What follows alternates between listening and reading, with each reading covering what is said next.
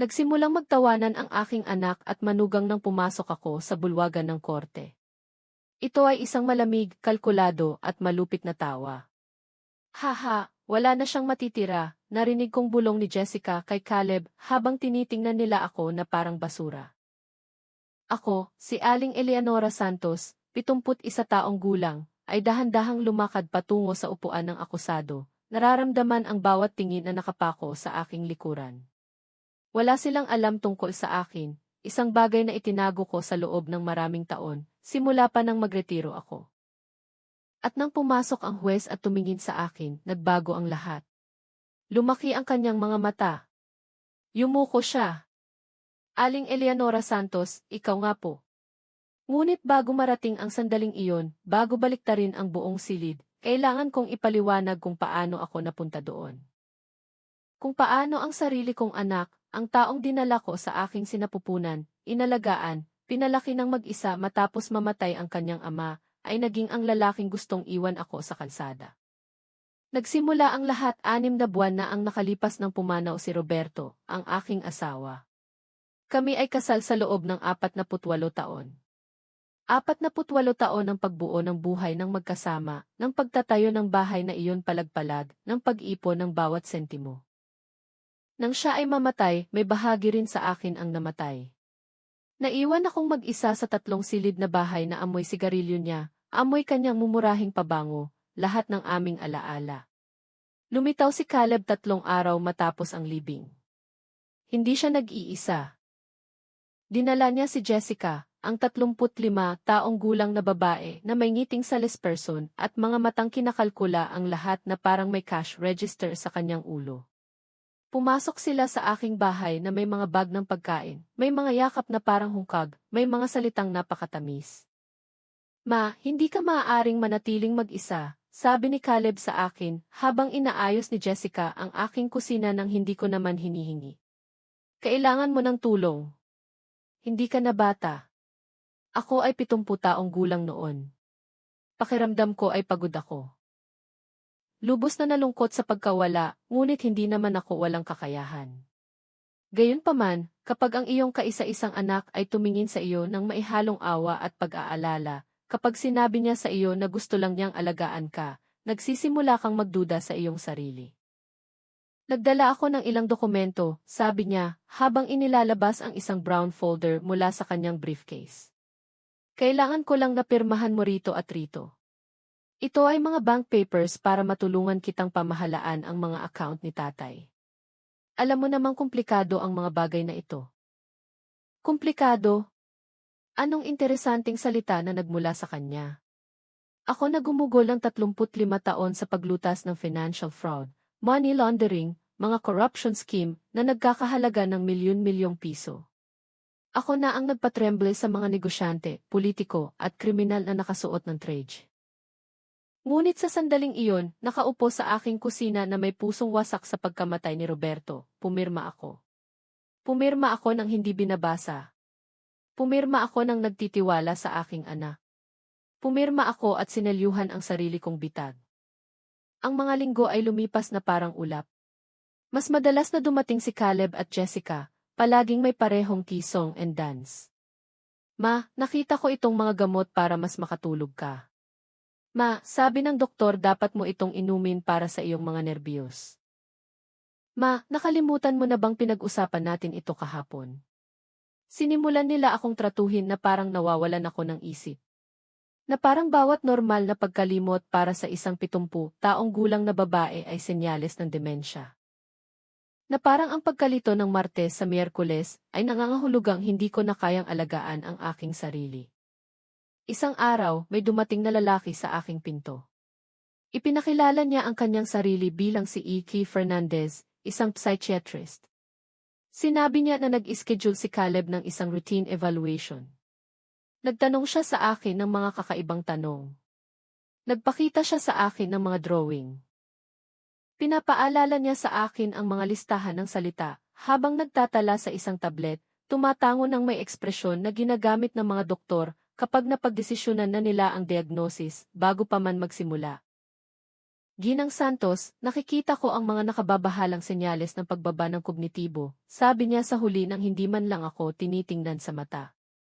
Irekomenda ko na magkaroon ka ng patuloy na pagbabantay. Sa gabing iyon, dumating si Caleb na may dalang mas maraming papeles. Sabi ng doktor kailangan mo ng permanenteng tulong. Nagdesisyon kami ni Jessica na lumipat dito sa iyo para alagaan ka. Hindi nila ako tinanong. Sila ang nagdesisyon.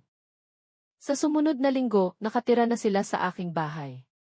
Kinuha ni Jessica ang kontrol ng kusina, ang mga susi, ang telepono. Ayaw naming mapagod ka, Bienan. Sasabihin niya sa akin na may matamis na boses na nakapagangalit ng aking mga ngipin. Nagsimulang dumating ang mga kakaibang tao. Isang lalaking nurse na nagbibigay sa akin ang tableta 3 beses sa isang araw. Isang babae na nagpakilalang social worker at sinusuri ang bawat sulok ng aking bahay habang nagtatala. Pakiramdam ko ay isang bilanggo ako sa sarili kong tahanan. Isang hapon, narinig ko ang mga boses sa sala. Dahan-dahan akong lumapit, walang sapin ang paa sa malamig na sahig na tile. Nag-uusap sina Caleb at Jessica ng pabulong, ngunit hindi sapat na pabulong. Magkano sa tingin mo ang halaga ng bahay? Tanong ni Jessica. Hindi bababa sa 15 milyon, sagot ng aking anak. Saka, kasama ang mga savings account, ang mga investments. Halos kalahating milyon ang pinag-uusapan natin. At siya, pumirma na si E.K. Fernandez sa ulat. Advanced senile dementia. Sa ganoon, ibibigay sa atin ng huwes ang buong conservatorship. Pagkatapos, may mga murang nursing home sa labas. Nagtawanan sila, pareho silang tumatawa, na parang nagpaplano sila ng bakasyon at hindi ang pagwasak ng aking buhay. May nagising sa akin sa sandaling iyon. Isang bagay na natutulog mula pa nang magretiro ako 6 na taon na ang nakalipas. Isang kislap. Isang malamig at kalkuladong galit na kilala ko ng husto. Sa gabing iyon, mag-isa sa aking silid, tinitigan ko ang kisam sa loob ng maraming oras. Naalala ko kung sino ako bago naging nanay Ilang, bago naging biyuda ni Roberto Ilang. Naalala ko ang mga kaso, ang mga investigasyon, ang mga kriminal na nag-akalang maluloko nila ako at nagtapos sa likod ng rehas. Aling Eleanora Santos, Fiscal ng Lungsod, 35 taon ng serbisyo. 182 kaso ang napanalunan, 0 talo sa mga malalaking kaso ng fraud. Nagkamali lang ang aking anak sa pinakamalaking pagkakamali ng kanyang buhay. Minamaliit niya ang sarili niyang ina. At ngayon, nakatayo sa harap ng huwes na iyon na nakakilala sa akin, pinapanood ang nagmamalaking ngiti ni Caleb na nagsimulang maglaho, alam kong dumating na ang oras para ipaalala sa mundo kung sino talaga si Aling Eleanora Santos. Nagsisimula pa lang ang laban.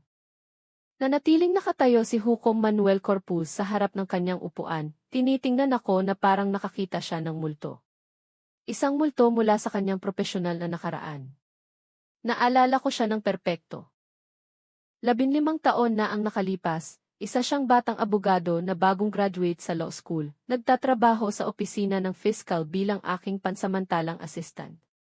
Personal ko siyang sinanay sa isang kaso ng embezzlement ng pondo ng gobyerno na kinasasangkutan ng kalahati ng konseho ng lungsod. Ginang Santos, ulit niya halos pabulong. Hindi ako makapaniwala na ikaw nga po. Nagkatinginan sina Caleb at Jessica ng nalilito. Nakita ko ang pagkabigla sa ngiti ng aking manugang. Yumuko ang aking anak sa kanyang abogado, isang matabang lalaki na nakasuot ng brown na trage na labis na pinagpapawisan, at may ibinulong sa kanyang tainga. Kagalang-galang na huwes, sabat ng abogado, tumayo ng walang pakundangan. Naiintindihan ko na maaaring kilala ninyo si Ginang Santos. Ngunit dahil doon, kailangan ninyong maunawaan ang delikadong sitwasyon niya. Isang babaeng nasa edad niya, na maihalatang pagkasira ng pag-iisip, na nangangailangan ng proteksyon at pangangalaga. Ang aking kliyente. Ang kanyang sariling anak ay gusto lang ang pinakamabuti para sa kanya. Tiningnan siya ni Marcos ng may ekspresyon na alam ko ng husto. Ito ang parehong mukha na ginagawa niya kapag may nagtangkang magbenta sa kanya ng isang hindi magandang pagkakagawa na kasinungalingan. Dahan-dahan siyang umupo, binuksan ang case file, at nagsimulang magbasa ng tahimik. Ang katahimikan sa silid na iyon ay naging napakakapal na naririnig ko ang sarili kong paghinga. Nanatili akong tahimik, patuloy na nagmamasid tulad ng ginawa ko ng libu-libong beses sa mga silid na tulad nito, ngunit mula sa kabilang panig. Tingnan natin, sabi ng huwes sa huli.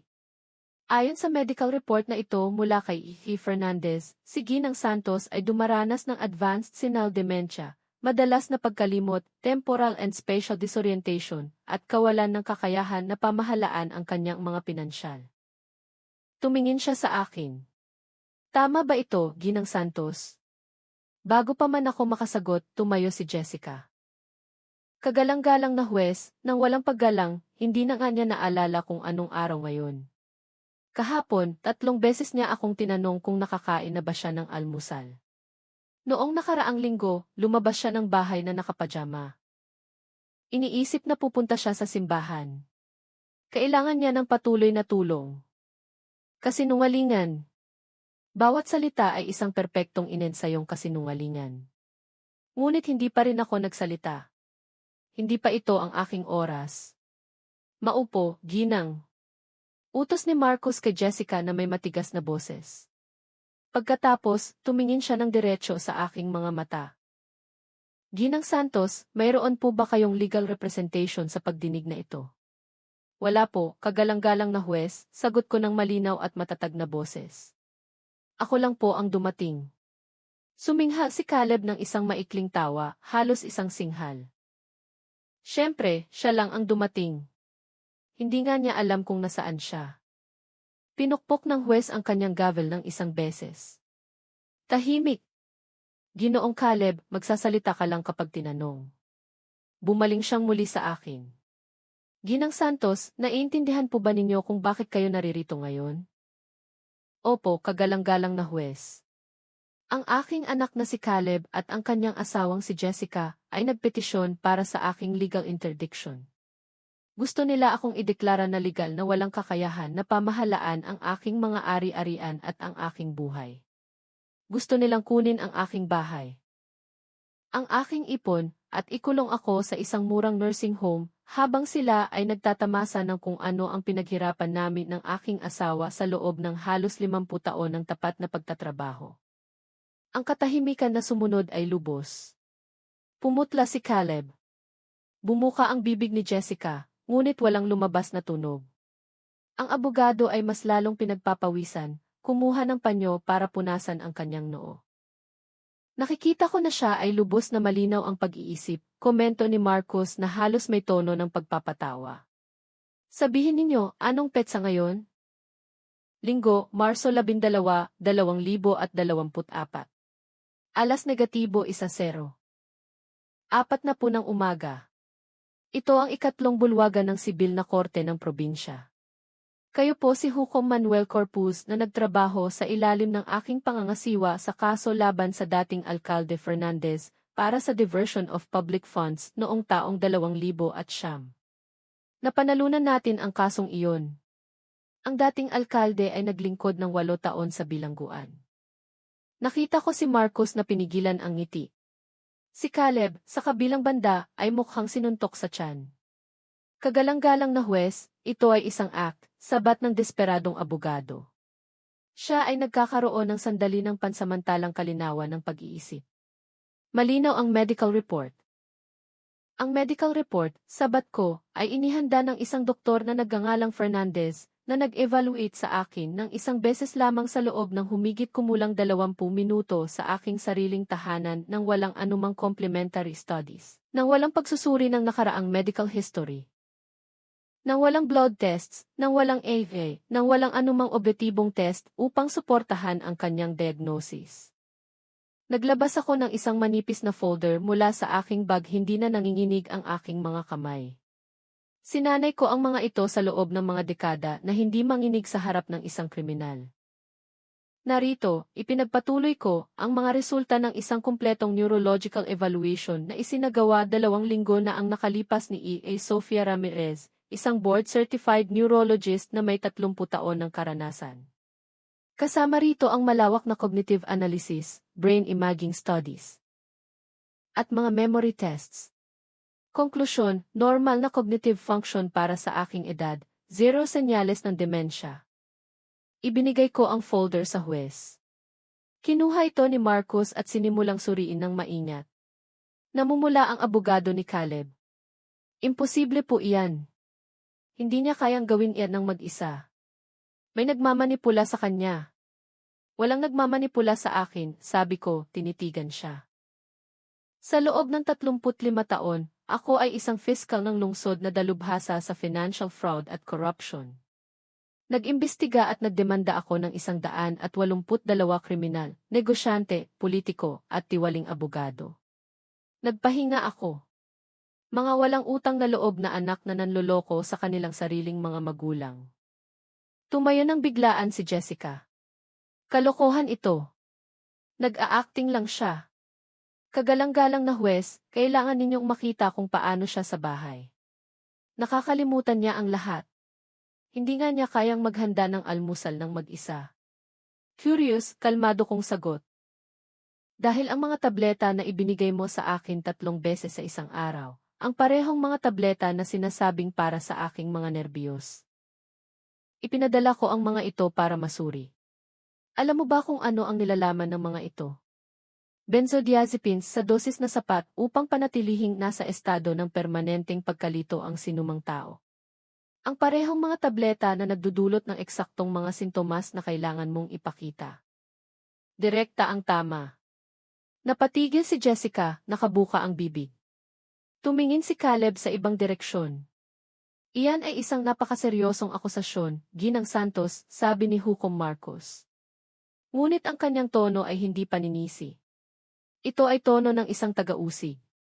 Naghihintay siya ng aking ebidensya.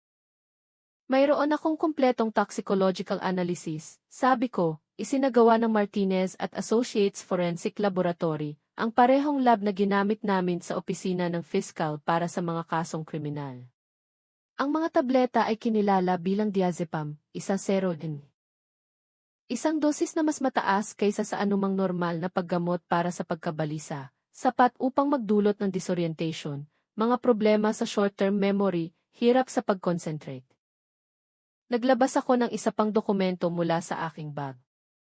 Sa pagkakataong ito, tumayo si Caleb.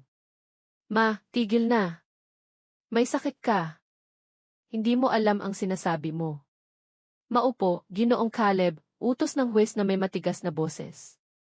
Ngayon, bumagsak ang aking anak sa kanyang upuan.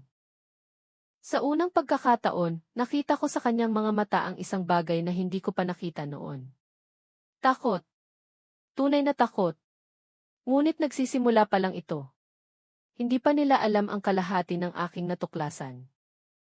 Hindi nila alam na sa loob ng nakaraang 2 buwan, habang pinaniniwalaan nila akong nilalasing at nalilito sa aking silid, iniimbestigahan ko ang bawat galaw nila, bawat bank account, bawat peking dokumento, bawat kasinungalingan. Nagising nila ang fiscal na natutulog sa loob ng 6 na taon. At ang fiscal na iyon ay hindi kailanman natalo sa isang kaso. Kinuha ni Hukom Marcos ang mga dokumento na ibinigay ko sa kanya at sinuri ang mga ito ng tahimik sa loob ng tila mga oras, bagaman marahil ay ilang minuto lamang. Nanatili akong nakatayo ng mahinahon na nakakrus ang aking mga kamay sa ibabaw ng aking bag. Natutunan ko ng matagal na sa isang bulwagan ng korte, ang pagiging kalmado ay kapangyarihan. Ang nawawalan ng kontrol ay natatalo sa kaso. Sina Caleb at Jessica, sa kabilang banda, ay tila malapit ng sumabog. Ang aking manugang ay patuloy na nanginginig ang kanyang binti ng nerbiyoso. Ang kiliti na iyon na lumalabas kapag alam ng mga tao na sila ay nakulong. Ang aking anak ay nakatingin sa dingding, nakakuyom ang panga, na parang mapapawi niya ang lahat ng ito sa pamamagitan lamang ng sapat na paghahangad. Ginoong Caleb, sabi ng huwes sa huli, ayon sa mga dokumento na iniharap ng iyong ina, may ebidensya na siya ay sistematikong ginamot ng walang lehitimong reseta ng doktor. Mayroon ka bang anumang sasabihin tungkol dito? Tumayo ang matabang abogado bago pa man makapagsalita si Caleb. Kagalang-galang na huwes, ang aking kliyente ay kumilos ng may mabuting hangarin, sumusunod sa mga rekomendasyon ni E.K. Fernandez. Kung may anumang pagkakamali sa gamot, ito ay isang medikal na hindi pagkakaunawaan, hindi isang malisyosong aksyon. Isang hindi pagkakaunawaan, ulit ko ng may mahina ngunit malinaw na boses. Anong interesanting paraan para ilarawan ang isang sistematikong paglason? Iyan ay paninirang puri, sigaw ni Jessica, tumayo. Hindi mo kami maaaring akusahan yan. Gusto lang namin siyang tulungan. Maupo, utos muli ni Marcos. At sa pagkakataong ito, ang kanyang boses ay matalim. Ito na ang huling beses na sasabihin ko. Ang susunod na tatayo ng walang pahintulot ay aalisin sa bulwagan ng korte. Umupo si Jessica, ngunit nakita kong nanginginig ang buong katawan niya. Mabuti. Hayaan siyang manginig. Hayaan niyang maramdaman ang bahagi ng takot na ipinaramdam nila sa akin sa loob ng maraming buwan. Bumaling sa akin ang huwes. Ginang Santos, naiintindihan ko na mayroon pa kayong ebidensya na ihaharap. Tama po, kagalang-galang na huwes. Naglabas ako ng isa pang folder mula sa aking bag. Ang lumang bag na ito na palaging tinitingnan ni Jessica nang may paghamak, tinatawag itong ipangit na bagay ng matandang babae, ay naglalaman ng kumpletong pagwasak ng kanyang mga plano. Gusto kong ipakita ang mga kopya ng mga bank movement ng aking mga account sa nakaraang 6 na buwan. Ibinigay ko sa kanya ang mga dokumento. Sinimulang suriin ni Marcus ang mga ito at nakita kong nagtaas ang kanyang kilay sa bawat pahina.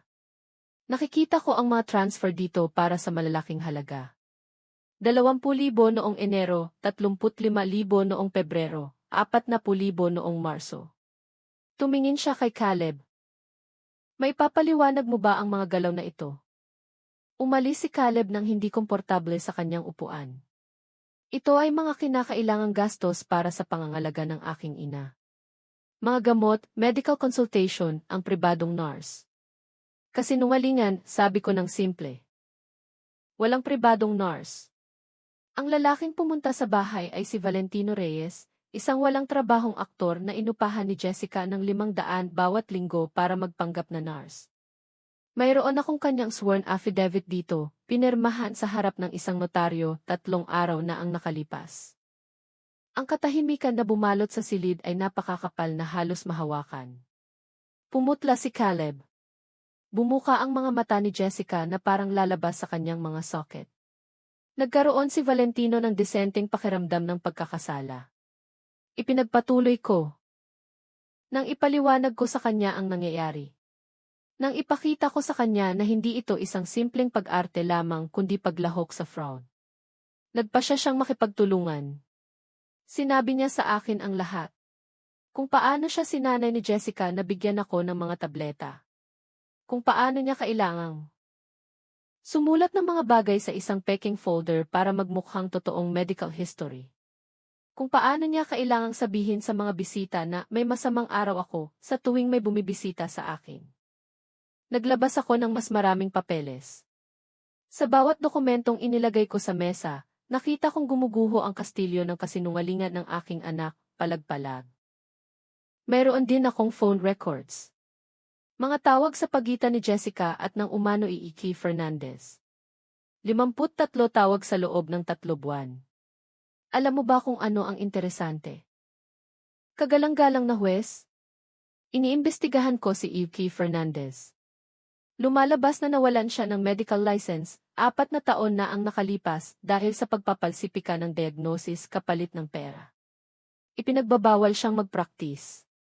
Anumang dokumentong pinirmahan niya ay walang legal validity. Tumayo ang abogado ni Caleb na namumula. Kagalang-galang na huwes, tumutol ako. Ito ay isang sirko. Malinaw na may nagpapayo kay Ginang Santos. Hindi maaaring inimbestigahan ng isang babaeng nasa edad niya ang lahat ng ito ng mag-isa. Natawa ako. Hindi ko mapigilan. Ito ay isang maikli, tuyo at walang kagalakan na tawa. Isang babaeng nasa edad ko, ulit ko. Tama ka sa isang bagay. Sa edad ko, sa aking karanasan, mas madali pa ito kaysa sa aking inaakala. Alam mo ba kung gaano karaming kaso ang inimbestigahan ko na tulad nito sa aking karera?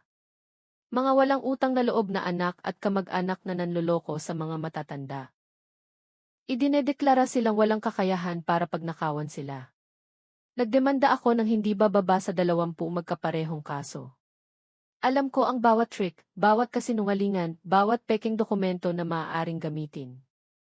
Bumaling ako kay Caleb, ang aking anak, ang taong minsan ay isang matamis na batang nagdadala sa akin ng mga bulaklak mula sa hardin. Ang batang umiyak nang makita niya ang mga malungkot na pelikula, ang binata na sumumpa sa puntod ng kanyang ama na palagi niya akong aalagaan. Kailan ka nagbago ng ganito? Tanong ko sa kanya. At sa unang pagkakataon, medyo nanginginig ang aking boses. Kailan ka tumigil na maging anak ko at naging isang kriminal? Hindi siya sumagot. Hindi siya tumingin sa akin. Basta lang niya kinuyom ang kanyang mga kamao sa mesa. Ngunit nagsalita si Jessica. Lahat ng ito ay kasinungalingan. Gumagawa lang siya ng mga kwento. Paranoid siya. May sakit. Gusto mong pag-usapan ang mga kasinungalingan, Jessica, sabat ko. Pag-usapan natin ang iyong mga kasinungalingan. Magsimula tayo sa iyong tunay na pangalan. Nakita kong tuluyang nawala ang kulay sa kanyang mukha. Ang pangalan mo ay hindi Jessica Gomez. Ang tunay mong pangalan ay Jessica Garcia. Mayroon kang 2 pang pagkakakilanlan sa ibang mga probinsya. Sa Cebu, ikaw ay si Patricia Morales. Sa Davao, ikaw ay si Vanessa Santos. Sa bawat probinsya, nagpakasal ka sa mga matatandang lalaki o mga anak ng mayayamang pamilya. Sa bawat probinsya, ang mga lalaking iyon o ang kanilang mga pamilya ay napunta sa mga legal proceeding na katulad nito, inakusahan ng kawalan ng kakayahan sa pag-iisip at ninakawan ng kanilang mga ari-arian. Naglabas ako ng mga litrato na nakuha ng aking kaibigan na si Magda sa pamamagitan ng kanyang mga kontak sa ibang mga opisina ng fiskal. Si Jessica na may iba't ibang lalaki sa iba't ibang kasal, na may iba't ibang pangalan. Sa Cebu, si Ginoong William de la Cruz, 82 taong gulang, ay idineklara na walang kakayahan matapos siyang pakasalan mo. Namatay siya 6 na buwan pagkatapos sa isang murang nursing home. Nakuha mo ang kanyang ranch na nagkakahalaga ng 40 milyon. Sa Davao, nawala ng family business ang pamilyang Mendoza matapos pakasalan mo ang kanilang anak. Kailangan ko pa bang ipagpatuloy? Tumalon si Jessica, nabagsak ang kanyang upuan. Kalokohan iyan. Hindi mo kayang patunayan ang anuman dyan. Kaya kong patunayan ang lahat, sabi ko ng kalmado. Mayroon akong mga kopya ng mga marriage certificate. Mayroon akong mga desisyon ng korte. Mayroon akong mga testimonya mula sa mga pamilyang sinira mo. At ang pinaka-interesante, mayroon akong mga litrato mula sa iyong mga social media profile kung saan ipinagmamalaki mo ang iyong matagumpay na real estate business. Real estate na nakuha mo sa panloloko sa mga mahihina. Pinukpok ni Hugo Marcos ang kanyang gavel. Sapat na. Hihingi ako ng 30 minutong recess. Ginang Santos, mayroon pa ba kayong ebidensya na ihaharap? Opo, kagalang-galang na huwes. Marami pa. Kung gayon, ihanda ninyo ang mga ito kapag ipagpapatuloy natin. At iminumungkahi ko na seryosong kumonsulta ang depensa sa kanilang mga kliyente tungkol sa tindi ng sitwasyong ito. Nang umalis ang huwes, tumingin sa akin si Caleb. May mga luha sa kanyang mga mata, ngunit hindi ko alam kung ito ay dahil sa pagsisisi o sa galit dahil natuklasan ko siya. Ma, bulong niya. Bakit mo ito ginagawa? Tinitigan ko siya, hindi kumukurap. Bakit ko ito ginagawa? Ang tamang tanong ay, bakit mo ito ginawa? Bakit mo sinubukang sirain ang sarili mong ina para sa pera? Hindi ko hinintay ang kanyang sagot. Tumalikod ako at lumabas ng silid na nakataas ang aking ulo. Mayroon pa akong mga bala na nakaimbak, at sa ikalawang bahagi ng pagdinig na ito, gagamitin ko ang bawat bala. Lumabas ako ng bulwagan at nagtungo sa pasilyo kung saan maihilera ng mga berdeng plastik na upuan. Dahan-dahan akong umupo, nararamdaman ang pag-ugong ng aking mga tuhod, gaano man ako kalakas sa loob. Ipinaalala sa akin ng aking 71 taong gulang na katawan ang mga limitasyon nito. Ipinihit ko ang aking mga mata sandali, humihinga ng malalim. Eleonora. Idinilat ko ang aking mga mata. Nakatayo sa harap ko si Magda Reyes, ang aking dating kasamahan sa opisina ng fiskal. Nakasuot siya ng malinis na cream-colored suit, nakapusod ng perpekto ang kanyang kulay abong buhok, at may matalim na tingin na palagi niyang taglay. Ang babaeng naging aking kanang kamay sa loob ng 15 taon, ang taong pinagkakatiwalaan ko ng higit sa lahat sa mundo. Magda, sabi ko, at hindi ko mapigilan ang aking boses na maging pagod. Salamat sa pagdating. Sa tingin mo ba ay palalampasin ko ito? Sagot niya, umupo sa tabi ko. Nang tawagan mo ako 2 buwan na ang nakalipas na sinasabi mong niloloko ka ng sarili mong anak, alam kong magiging malaki ito. Ngunit ang ginawa mo lang sa loob. Umiling siya ng may ngiti. Iyan ang ikaw, ang aling Eleonora Santos na kilala ko.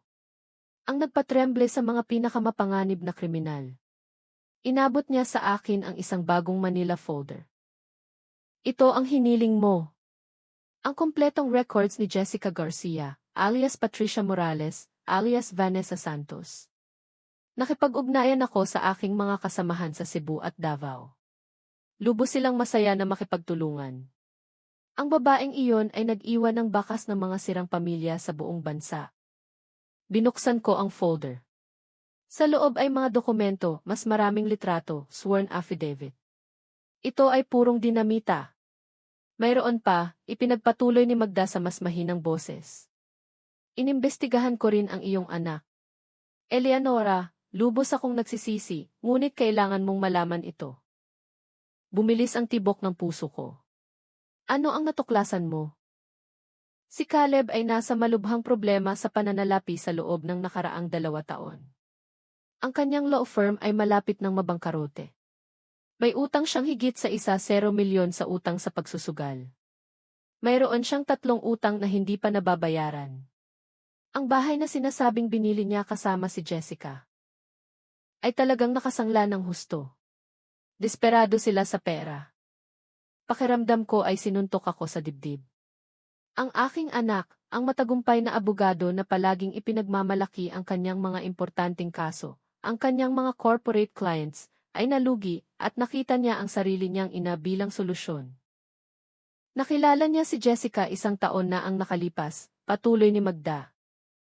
Sa isang kasino, lumapit siya sa kanya na kunwari ay nagkataon lang, ngunit hindi ako naniniwala sa mga aksidente. Eleonora, sa tingin ko ay inimbestigahan niya siya, alam niya ang kanyang mga utang, alam niya na mayroon kang nabayaran ng bahay at malaking ipon. At inakit niya siya sa isang plano. Isang plano upang nakawin ang lahat mula sa akin tapos ko ang pangungusap. Eksakto. At ang pinakamasama ay hindi ka ang una. Tulad na nakita mo sa mga dokumento. May karanasan si Jessica. Ito ang ginagawa niya. Naghahanap siya ng mga desperadong lalaki na may matatandang magulang o kamag-anak na may pera. Kinukumbinsi niya sila na ang tanging paraan ay kunin ang lahat mula sa mga kamag-anak na iyon. Pinapakasalan niya sila. Isinasagawa nila ang plano. Tahimik silang nagdidiborsyo matapos hatiin ang loot. At siya ay nawawala na may bagong pagkakakilanlan. Tinitigan ko ang mga litrato ni Jessica, kasama ang ibang mga lalaki. Sa lahat ng mga ito, siya ay nakangiti, maganda, kaakit-akit, isang mandaragit na may mukha ng isang anghel. Si Ginoong de la Cruz mula sa Cebu, itinuro ni Magda ang isang partikular na litrato, namatay sa ilalim ng kahina-hinalang sitwasyon. Bigla ang atake sa puso 6 na buwan matapos maospital. Walang nag-imbestiga ng lubusan dahil matanda na siya. Ngunit palaging iginiit ng kanyang anak na malusog ang kanyang ama bago makilala si Jessica. Napuno ako ng kilabot. Sa tingin mo ba siya? Wala akong patunay, ngunit may hinala ako. At ngayon na alam natin na nilalasing kanya ng sistematiko, na mayroon siyang kumpletong access sa iyong pagkain, sa iyong mga gamot. Eleonora, kung hindi ka nagising sa tamang oras, patuloy mong ininom ang mga tabletang iyon sa loob ng ilang buwan pa. Hindi niya tinapos ang pangungusap. Hindi na kailangan. Tumayo ako at naglakad patungo sa bintana ng pasilyo. Sa ibaba sa parking lot, nakita ko ang kotse ni Caleb. Isang silver na Mercedes na marahil ay pinansyal din sa utang. Lahat ng nasa buhay niya ay kasinungalingan. Isang makintab na harapan na nagtatago ng kabulukan. Alam mo ba kung ano ang pinakamasakit sa lahat ng ito? Sabi ko nang hindi lumilingon. Hindi ang pera. Hindi ang bahay. Ito ay ang sarili kong anak ay tumingin sa akin sa mata sa loob ng maraming buwan. Nakita niya akong nalilito dahil sa mga gamot na ibinigay nila sa akin. Nakita niya akong natatakot, mahina at walang naramdaman. Walang pagsisisi. Walang pag-aalangan. Basta lang niya ipinagpatuloy ang plano. Lumapit si Magda at inilagay ang kanyang kamay sa aking balikat. Alam kong masakit, ngunit ngayon kailangan mong maging matatag. Kailangan mong tapusin ito. Hindi lang para sa iyo, kundi para sa lahat ng iba pang biktima ni Jessica. Para sa lahat ng pamilyang sinira niya. Tama siya. Hindi na ito tungkol sa akin. Ito ay tungkol sa hustisya. Natapos ang recess at bumalik kami sa bulwagan ng korte. Sa pagkakataong ito, mas maraming tao. Umupo si Magda sa unang hanay sa likuran ko. Nakita ko rin si Aling Betty, ang aking kapitbahay, ang babaeng sinubukan ni Caleb at Jessica na gamitin bilang testigo sa aking umano'y demensya. Ngunit ang hindi nila alam ay kami ni Aling Betty ay magkaibigan sa loob ng 20 taon at mayroon siyang napakahalagang impormasyon. Nang bumalik si Hukom Manuel Corpus, seryoso ang kanyang ekspresyon. Sinuri niya ang mga dokumento na ibinigay ko sa kanya. Alam niya ng eksakto kung ano ang hawak niya. Ngayon, ipagpapatuloy natin ang sesyon, anunsyo niya. Ginang Santos, maaari ninyong ipagpatuloy ang paghaharap ng inyong ebidensya. Tumayo ako. Kagalang-galang na huwes, gusto kong tumawag ng isang testigo.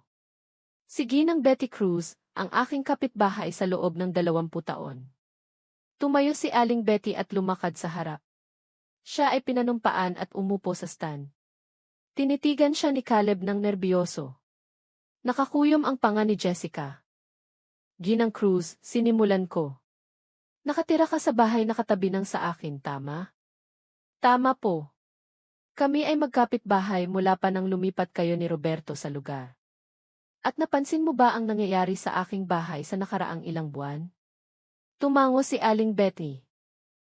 Opo, nakita ko po kung paano lumipat ang inyong anak at manugang sa inyo, kung paano nila sinimulan ang pagkontrol sa lahat, kung paano kayo tumigil sa paglalakad sa umaga, isang bagay na ginagawa ninyo araw-araw ng walang mintis. May napansin ka pa ba? Opo. Isang gabi mga 6 na linggo na ang nakalipas, narinig ko ang sigawan, matataas na boses. Tumingin ako sa bintana at nakita ko si Jessica na naglalabas ng mga kahon mula sa inyong bahay. Mga malalaking kahon na inilalagay niya sa isang van. Nang sumunod na araw, tinanong ko kayo tungkol sa mga kahong iyon at sinabi ninyo sa akin na hindi ninyo alam ang sinasabi ko. Ano ang nasa mga kahong iyon, tanong ko. May ginawa ako na marahil ay hindi ko dapat ginawa, pag-amin ni Aling Betty. Ngunit nag-aalala ako para sa iyo. Kumuha ako ng mga litrato. At nang sumunod na araw, nang makita kong nakaparada pa rin ang van sa kalye, lumapit ako at sumilip sa bintana. Ito ay ang inyong mga gamit, Ginang Santos, ang inyong mga alahas, ang inyong mga photo album. Ang porcelain dinnerware set na ibinigay sa inyo ni Roberto para sa inyong anibersaryo, ang inyong mga libro, lahat. Tumayo ng biglaan si Jessica. Iyan ay invasion of privacy. Ang mga iyon ay mga bagay na ilalagay namin sa isang storage unit para protektahan ang mga ito. Protektahan ang mga ito, sabi ko, bumaling sa kanya. O ibenta ang mga ito. Dahil mayroon akong records dito mula sa isang pawn shop, kung saan mo ibinenta ang aking kwintas na perlas, ang kwintas na pagmamay-ari ng aking lola, sa halagang 60,000. Mayroon akong resibo. Nasa pangalan mo. Ipinasa ko ang dokumento sa huwes. Bumagsak si Caleb sa kanyang upuan. Ang kanyang abogado ay mukhang gustong maglaho. Ibinenta mo rin ang aking singsing sa kasal. Ipinagpatuloy ko, nararamdaman ang paglaki ng galit sa aking dibdib. Ang singsing na isinuot ni Roberto sa aking daliri 48 taon na ang nakalipas. Ibinenta mo ito sa halagang 40,000 para bayaran ang mga utang ni Caleb sa kasino. Hindi totoo iyan, sigaw ni Jessica. Ngunit ang kanyang boses ay tila desperado na ngayon, hindi nagagalit. Mayroon akong security footage mula sa pawn shop. Malinaw na ipinapakita ang pagbebenta mo ng aking mga alahas. 3 magkakaibang pagbisita. Kabuang 550,000 na mga bagay na may sentimental na halaga na walang presyo para sa akin.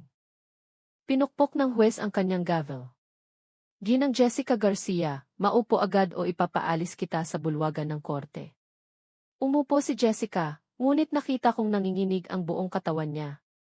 Sumasarado ang mga dingding sa kanya. At mayroon pa akong, marami pa. Dahil sa loob ng 2 buwan ng pagpapanggap na nilalasing at nalilito, ginagawa ko ang aking pinakamahusay, nag-imbestiga, nagdodokumento, bumubuo ng isang matibay at hindi maapela na kaso. Minamaliit ako ng lubusan ng aking anak at manugang. Nakita nila ang isang mahina na matandang babae at naisip nilang madali lang ito. Hindi nila alam na sinubukan nilang lokohin ang pinakakinatatakutang fiskal sa kasaysayan ng probinsyang ito. At ngayon, magbabayad sila para sa bawat kasinungalingan, para sa bawat pagtataksil, para sa bawat luhang ipinakita nila sa akin. Matapos ang testimonya ni Aling Betty, humingi si Hukom Manuel Corpus ng isa pang 15 minutong recess. Sa pagkakataong ito, nang lumabas ako ng silid, nakita ko ang isang bagay na hindi ko kailanman makakalimutan. Nasa isang sulok ng pasilyo si Caleb, nakahawak ang mga kamay sa kanyang ulo, habang sumisigaw si Jessica sa kanya sa mahina, ngunit galit na boses. Lumapit ako para makinig. Sinabi ko sa iyo na masyadong mapanganib ito. Sinabi ko sa iyo na mas imbestigahan mo ang iyong ina bago simulan ang lahat ng ito, bulong ni Jessica na mailason sa bawat salita. Ngunit hindi, lubos kang sigurado. Matanda na lang siya, sabi mo. Tingnan mo kung nasaan na tayo ngayon. Ikaw ang nagplano ng lahat, sagot ni Caleb, itinaas ang boses. Sinabi mo sa akin ng eksakto kung ano ang sasabihin, kung anong mga dokumento ang pekehin, sino ang upahan. Ito ang ideya mo mula pa sa simula. Tumigil ako roon, nakikinig sa aking anak na sinisisi ang kanyang asawa, nakikinig sa kanilang kasal ng kasinungalingan na gumuho sa totoong oras. May bahagi sa akin ang gustong maawa sa kanya. May bahagi sa akin ang gustong lumapit at sabihin sa kanya na kaya pa niyang ayusin ito, na maaari siyang magsabi ng totoo at marahil, ay makahanap ng paraan pabalik. Ngunit pagkatapos ay naalala ko ang kanilang tawa nang pumasok ako sa silid. Naalala ko kung paano nila ako tiningnan na parang basura. Naalala ko ang mga gabi na ginugol ko ng nalilito, nilalasing, takot sa sarili kong bahay, at ang bahaging iyon sa akin na gustong magpatawad ay tuluyang namatay. Lumitaw si Magda sa tabi ko, handa na para sa susunod na round. Higit pa sa handa, sagot ko. Oras na para ipakita sa kanila ang natitira. Bumalik kami sa silid. Ang kapaligiran ay tuluyang nagbago. Sa simula, sina Caleb at Jessica ay pumasok ng may kumpiyansa, halos mayabang. Ngayon, pumasok sila na parang mga bilanggo na hinatulan ng kamatayan. Ang matabang abogado ay labis na pinagpapawisan na nabasa ang kwelyo ng kanyang shirt. Nang umupo si Hukom Manuel Corpus, tumingin siya ng diretso sa akin. Ginang Santos, naiintindihan ko na mayroon pa kayong ebidensya na ihaharap. Opo, kagalang-galang na huwes. Gusto kong magpakita ng mga dokumento na may kaugnayan sa pananalapi ng aking anak at ng kanyang asawa. Tumayo agad ang abogado. Tutol ako. Hindi mahalaga sa kasong ito ang pananalapi ng aking kliyente. Lubos na mahalaga, sagot ko bago pa man makapagsalita ang huwes, dahil ipinapakita nila ang motibo sa likod ng lahat ng fraud na ito. Ipinapakita nila kung bakit nila sinubukang sirain ang sarili nilang ina. Tumango si Marcos. Tutol. Binawi. Magpatuloy, Ginang Santos. Naglabas ako ng isa pang folder. Mas makapal ito kaysa sa mga nauna. Si Caleb Gomez ay may utang na kabuuang 1,850,000. Mayroon siyang 3 overdue loans sa iba't ibang bangko. May utang siyang 2,900,000. 000 sa isang kasino sa Pasay. Ang kanyang law firm ay nawala ng 80% ng kanyang mga kliyente sa nakaraang taon dahil sa professional negligence at mga reklamo sa etika. Ibinigay ko ang mga dokumento sa huwes isa-isa. Mga bank statement, mga collection notice, mga nakabinbing demanda. Ang buhay pinansyal ng aking anak ay nakalatag na parang bangkay sa isang autopsy table.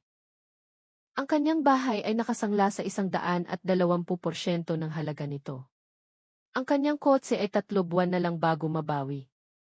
At 4 na buwan na ang nakalipas, bago pa man mamatay ang aking asawa na nagbigay sa kanila ng pagkakataong ito. Nakatanggap siya ng abiso mula sa Integrated Bar of the Philippines na nagbabala sa kanya na siya ay iniimbestigahan para sa embezzlement ng pondo ng kliyente. Hindi tumingin si Caleb.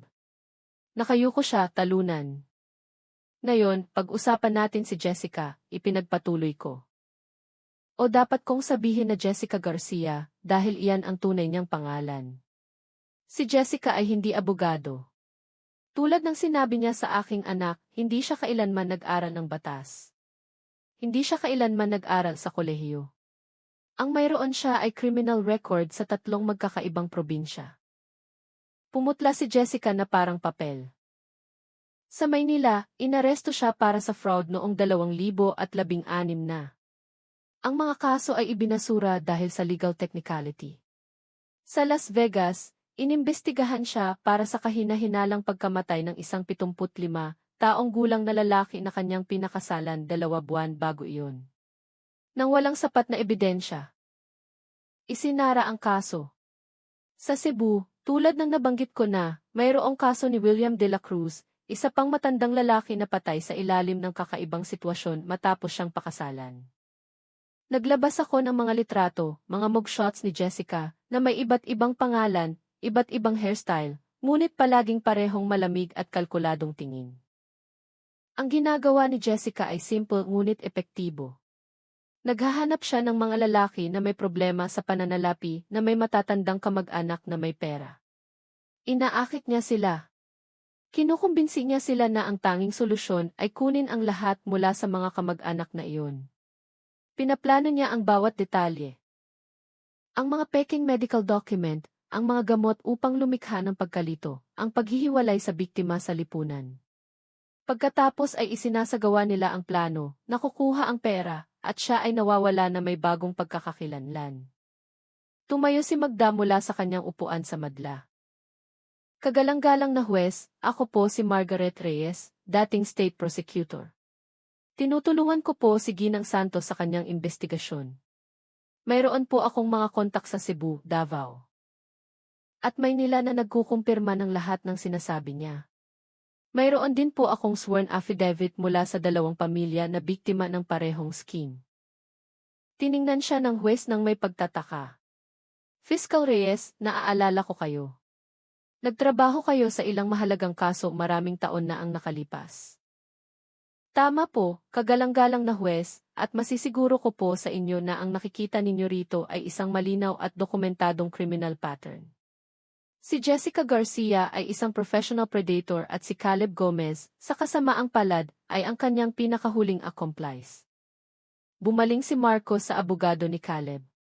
Mayroon po ba ang inyong kliyente ng anumang sasabihin sa kanyang depensa? Tumingin ang abogado kay Caleb, naghihintay ng mga instruksyon. Sa wakas, tumingin ang aking anak. Nagkatinginan kami sa unang pagkakataon sa buong pagdinig. Talagang nagkatinginan. Nakita ko ang kanyang mga matang namumula, marahil ay mula sa pinipigilang luha, marahil ay mula sa galit. Hindi ako sigurado at wala na akong pakialam. Wala akong sasabihin, bulong ni Caleb. May sasabihin ako, sabat ni Jessica, tumayo ng biglaan. Lahat ng ito ay isang farce. Siya ay isang mapait na matandang babae na hindi makatanggap na itinayo ng kanyang anak ang kanyang buhay. Ginagawa niya ang lahat ng ito dahil ano, sabat ko na may boses na kasing lamig ng yelo. Dahil natuklasan ko na sinubukan mo akong patayin ng dahan-dahan. Dahil natuklasan ko ang mga insulin syringe na nakatago sa iyong baggi. Ang katahimikan na bumalot sa silid ay lubos. Napatigil si Jessica, nakabuka ang bibig. Ipinagpatuloy ko. Natuklasan ko ang mga syringe, fast-acting insulin. Hindi ako diabetic. Hindi ako kailanman naging. Ngunit mayroon kang 4 na syringe na puno ng insulin na nakatago sa iyong silid. Para saan mo kailangan ang mga ito? Jessica, ano ang iyong susunod na hakbang? Para magdulot sa akin ng hypoglycemic shock na magmumukhang natural na stroke, tulad ng nangyari kay Ginoong de la Cruz sa Cebu. Kalokohan iyan. Hindi mo kayang patunayan iyan. Kaya kong patunayan ang lahat. Naglabas ako ng mga litrato ng mga syringe. Natuklasan ko ang mga ito 3 linggo na ang nakalipas. Idokumento ko ang mga ito. Ipinadala ko ang mga ito para masuri. Eksakto ang mga ito sa sinasabi ko. At kinumpirma ng forensic lab na ang mga fingerprint sa mga syringe ay sa iyo. Nagsimulang umatras si Jessica, umiling. Hindi iyan nagpapatunay ng anuman. Mayroon din akong mga recording, sabi ko nang may nakamamatay na kapayapaan. Naalala mo ba nang akala mo ay tulog ako sa aking silid, nilalasing tulad ng bawat gabi? Hindi ako palaging tulog, Jessica. Minsan. Nagpapanggap lang ako. At na-record ko ang iyong mga pag-uusap sa aking anak. Na-record ko ng pinag-uusapan ninyo kung gaano pa katagal kayo maghihintay. Na-record ko nang sinabi mo na mas mabuting bilisan ang proseso dahil masyado akong matagal para mamatay ng natural. Naglabas ako ng aking cellphone, isang aparato na palagi nilang sinasabi sa akin na masyadong komplikado para sa akin. Mas lalo lang akong malilito. Ang parehong telepono na itinago ko sa ilalim ng aking unan at ginamit para i-record ang bawat incriminating conversation. Ibinigay ko ang telepono sa huwes. Kagalang-galang na huwes, mayroong 16 na na-recording sa kabuuan. Sa numero 7, na tumatagal ng 3 minuto at 40 segundo, sinasabi ni Jessica kay Caleb ng eksakto kung paano niya plano gamitin ang insulin. Sa numero 12, pinag-uusapan nila kung ano ang gagawin sa aking katawan pagkatapos. Sa numero 14 na, binabanggit ni Jessica na perpekto ang ginawa niya sa Cebu. Nanigas ang mukha ni Hukom Manuel Corpuz na parang bato. Kinuha niya ang telepono at sinimulang makinig. Nakita kong ang kanyang ekspresyon ay mula sa pagiging seryoso hanggang sa pagiging lubos na kinilabutan. Pagkatapos ng 2 minuto, pinatigil niya ang recording. Bailif, sabi niya na may kontroladong boses, ngunit nanginginig sa pinipigilang galit, tumawag ka ng pulis ngayon. Sinubukan ni Jessica na tumakbo, literal na sinubukan na tumakas sa bulwagan ng korte, ngunit pinigilan siya ng bailif, bago pa niya marating ang pinto. Hinawakan niya ito habang sumisigaw, sumisipa sa walang kabuluhang akusasyon. Hindi gumalaw si Caleb. Nanatili siyang nakaupo, nakalagay ang mga kamay sa mesa, nakatingin sa wala. Basag, wasak, nakulong sa isang lambat ng sarili niyang pagkakagawa. Ginoong Caleb Gomez, sabi ng huwes, may karapatan kang manatiling tahimik. Lubos kong iminumungkahi na gamitin mo iyan. Hindi na ito isang civil case. Ito ay attempted murder, aggravated fraud, criminal conspiracy. Orderan ko ang iyong agarang pag-aresto. 2 pulis ang pumasok sa silid. Hindi ko alam kung paano sila dumating ng napakabilis. Marahil ay tinawagan na sila ng bailiff. Marahil ay inasahan na ni Magda na magtatapos ng ganito ang lahat. Posas ang unang isinuot kay Jessica. Patuloy siyang sumisigaw, sinisisi ako sa pagsira ng kanyang buhay, sinasabi na ako ay isang mapaghiganting mangkukulam. Ang kanyang mga sigaw ay naglaho habang dinadala siya sa pasilyo. Pagkatapos ay nilapitan nila si Caleb. Tinaas niya ang kanyang mga kamay ng walang pagtutol. Bago siya pusasan, tumingin siya sa akin ng isang huling beses. Nagsisisi ako, ma, bulong niya. Hindi ako sumagot. Wala nang sasabihin. Ang batang pinalaki ko ay matagal nang namatay. Ang lalaking nasa harap ko ay isang estranghero na sinubukang patayin ako para sa pera. Dinala nila siya, at naiwan akong mag-isa sa bulwagan ng korte, nakatayo, nagtagumpay, ngunit wasak. Napanalunan ko. Ganap kong sinira ang kanilang plano. Pinrotektahan ko ang aking buhay, ang aking bahay, ang aking dangal. Ngunit nawala ko ng tuluyan ang aking anak. Nang lumabas ang lahat, nanatili akong nakaupo ng tahimik. Sinuspinde ni Hukom Manuel Corpus ang pagdinig ng walang katiyakan habang pinoproseso ng pulisya ang mga kasong kriminal laban kina Caleb at Jessica. Lumapit si Magda at umupo sa tabi ko nang walang sinasabi. Minsan ang katahimikan ang pinakamabuting kalinga. Ginawa mo ang tama, sabi niya sa huli. Alam ko, sagot ko. Ngunit ang aking boses ay tila hungkag. Kung gayon, bakit ganito ang pakiramdam ko? Dahil siya ang iyong anak.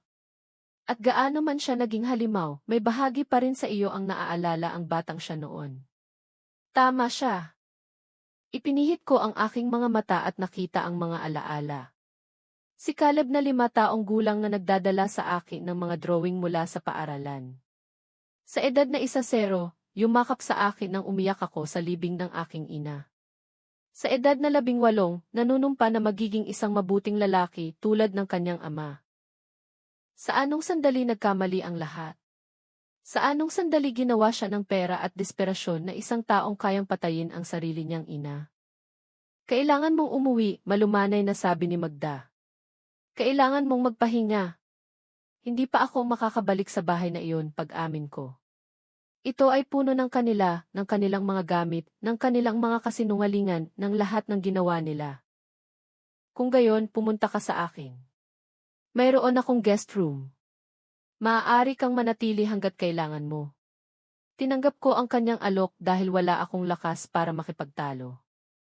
Umalis kami sa courthouse ng magkasama. Sa labas ay may mga reporter.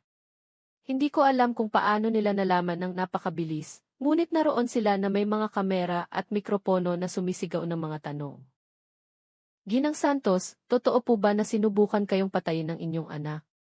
Ginang Santos, ano po ang pakiramdam ninyo matapos ilantad ang sarili ninyong pamilya? Pinrotektahan ako ni Magda mula sa pang-aapi, mabilis akong dinala sa kanyang kotse. Habang kami ay papaalis, nakita ko sa rearview mirror kung paano patuloy na nagpi-film ang mga reporter. Bukas, ang aking mukha ay mapapanood sa lahat ng balita. Ang retiradong fiskal na nakatuklas ng plano ng kanyang sariling anak na pumatay. Isang perpektong headline, isang trahedya na nakabalot para sa pampublikong konsumo. Sa gabing iyon sa bahay ni Magda, hindi ako makatulog. Tinitigan ko ang kisam ng guest room, iniisip ang lahat ng aking natuklasan sa aking investigasyon dahil ang katotohanan ay mas madilim pa kaysa sa aking ibinunyag sa korte. 2 linggo bago ang pagdinig, habang patuloy akong nagpapanggap na nilalasing at nalilito, narinig ko ang isa pang pag-uusap. Gabi na. Akala ni Caleb at Jessica ay tulog na tulog ako salamat sa mga tableta na ibinigay nila sa akin sa hapunan.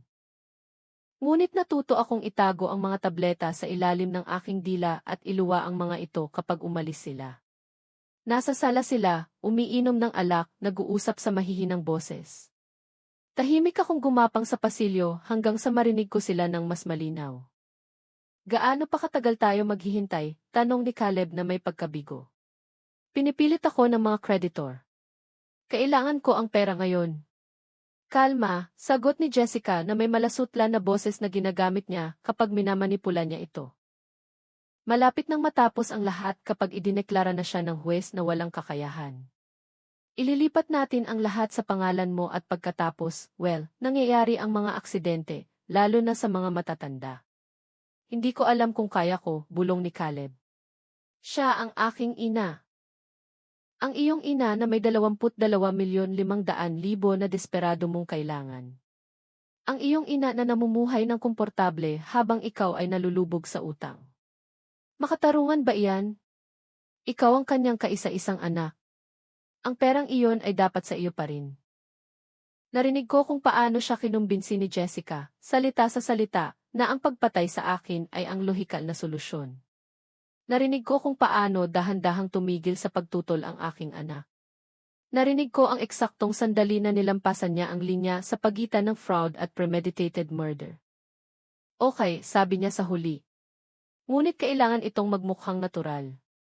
Isang stroke, isang cardiac arrest, isang bagay na hindi magdudulot ng hinala. Iwan mo sa akin, sagot ni Jessica. May karanasan ako rito. Iyan ang gabi na nalaman kong hindi lang ako nakikipag-ugnayan sa fraud. Nakikipag-ugnayan ako sa mga mamamatay tao. At iyan ang gabi na nagpasya akong i-record ang lahat. Nang sumunod na araw, habang sila ay lumabas para maglakad-lakad, hinanap ko ang buong bahay. Natagpuan ko ang mga insulin syringe na nakatago sa lihim na compartment ng bag ni Jessica. Natagpuan ko ang mga dokumento na nagpapakita na nakipag-ugnayan na sila sa isang funeral home para magplano ng maaga. Natagpuan ko ang mga paghahanap sa computer ni Caleb tungkol sa pagkamatay sa natural na sanhi sa mga matatanda at kung paano iwasan ang autopsy. May natagpuan din ako, isang bagay na nakapagpakilabot sa akin. Sa kabinet ni Jessica, nakatago sa loob ng isang kahon ng sapatos ay isang Manila envelope. Sa loob ng envelope ay mga newspaper clippings tungkol sa pagkamatay ni Ginoong William de la Cruz sa Cebu. Ngunit hindi lang ito mga informational article. Ito ay mga article na minarkahan ni Jessica ng highlighter notes sa mga margin na parang nag-aaral siya ng kanyang sariling krimen para perpektuhin ito. Hindi isinagawa ang autopsy. Hindi hiniling ng pamilya, sabi ng isang tala na nakasulat sa kanyang sulat kamay. Agad na cremation, walang investigasyon, sabi ng isa pa. Soul hair sa pamamagitan ng will na binago 2 linggo bago. 3 beses itong nakasalungguhit. Nagtagal si Jessica ng ebidensya ng kanyang sariling nakaraang pagpatay. Dahil sa kayabangan o nostalgia sa kanyang tagumpay, nagtago siya ng kumpletong record kung paano niya pinatay si Ginoong de la Cruz at nakaligtas. Kinunan ko ng litrato ang lahat, bawat dokumento, bawat tala, bawat clipping. Pagkatapos ay ibinalik ko ang lahat ng eksakto sa kung paano ko ito natagpuan. Hindi nila kailanman nalaman na natuklasan ko ang kanilang maliit na Museum of Horrors. Ngayon, nakahiga sa bahay ni Magda, inisip ko ang lahat ng bagay na hindi ko pa naibunyag sa korte. Itinago ko ang mga ito ng estratehiko dahil alam kong hindi ito magtatapos sa isang simpleng civil hearing. Alam kong magiging isang criminal case ito. At kapag dumating ang sandaling iyon, kailangan kong magpakita ng mas nakakumbinsi pang ebidensya. Tumunog ang aking telepono, nagulat ako. Hindi kilalang numero. Nag-atubili ako bago sumagot. Hello, Ginang Santos. Boses ng babae. Bata, nerbiyoso. Ang pangalan ko po ay Atty. Sofia Reyes. Abogado po ako para sa opisina ng fiskal. Ako po ang naitalaga sa inyong kaso. Ang aking kaso, ang kasong kriminal laban sa aking anak at manugang. Matapos pakinggan ang mga recording at suriin ang ebidensya na iniharap ninyo ngayon, nagpasya ang opisina ng fiskal na ituloy ang mga kaso ng attempted murder, aggravated fraud, criminal conspiracy, at ilang iba pang krimen. Kailangan ko po kayong makita bukas upang suriin ang lahat ng ebidensya. Siyempre, sagot ko. Anong oras? Alas negatibo 1:00 oras ng umaga po. Sa opisina ko. Sumang-ayon kami sa mga detalye at ibinaba ang telepono. Lumitaw si Magda sa pinto ng silid na may 2 tasa ng mainit na tsaa. Hindi ka makatulog, tanong niya. Ang opisina ng fiskal. Didemanda ba nila si Caleb at Jessica sa kriminal na paraan? Tumango si Magda habang ibinibigay sa akin ang isang tasa. Sa tingin ko, sa ebidensya na iniharap mo ngayon, wala silang pagpipilian. Malaki ang magiging kaso na ito, Eleonora. Napakalaki. Alam ko, sabi ko. Sumipsip ako ng tsaa. Napakainit nito, ngunit nagustuhan ko ang pakiramdam ng isang bagay sa aking lalamunan na tuyo mula sa labis na pagsasalita sa korte. Magda, mayroon pa akong hindi nasabi ngayon. Ano iyon? Nakakita ko ng ebidensya na pinatay ni Jessica si Ginoong de la Cruz sa Cebu. Dahan-dahan niya itong nilaso ng insulin, tulad ng plano niyang gawin sa akin. At mayroon siyang lahat ng dokumento na parang ito ay isang tropeo. Umupo ng mabigat si Magda sa upuan sa tabi ng kama. Diyos ko, mayroon ka ng ebidensyang iyan. Mga litrato ng lahat. Ngunit hindi ko iniharap ang mga ito ngayon dahil gusto kong ibigay ang mga ito ng direkta kay Prosecutor Reyes. Lampas na ito sa aking kaso. Kailangang imbestigahan si Jessica Garcia para sa pagpatay sa Cebu. Ang mga pamilya ng kanyang iba pang biktima ay nararapat din ng hustisya. Tama ka, sumang-ayon si Magda. Bukas, kapag nakipagkita ka kay Prosecutor Reyes, ibigay mo sa kanya ang lahat, bawat piraso ng ebidensya. Siguraduhin natin na hindi na muling makakasakit si Jessica Garcia ng sinumang matatanda. Ginugol namin ang natitirang gabi sa pag-uusap, paggunita sa mga nakaraang panahon sa opisina ng fiskal, sa mga kasong napanalunan namin ng magkasama, sa mga tagumpay na ipinagdiwang namin.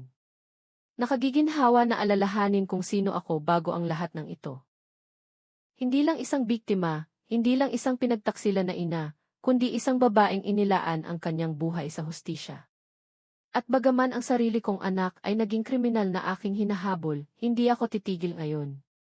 Siguraduhin kong magbabayad siya at si Jessica sa lahat. Hindi para sa paghihiganti, kundi dahil ito ang tama. Dahil may mga bagay na mas mahalaga kaysa sa dugo. Tulad ng katotohanan. Tulad ng hustisya. Tulad ng pagprotekta sa ibang inosenteng tao mula sa mga mandaragit na tulad ni Jessica. Sa wakas, malapit ng magmadaling araw, nakatulog ako. At sa unang pagkakataon sa loob ng 6 na buwan, nakatulog ako ng walang takot, nang walang nilaso na tableta sa aking sistema, nang walang mga mamamatay tao na nakatira sa ilalim ng aking bubong, nang hindi kailangang magpanggap na may demensya para protektahan ang sarili kong buhay. Nakatulog ako na parang ang malayang babae na naging ako muli.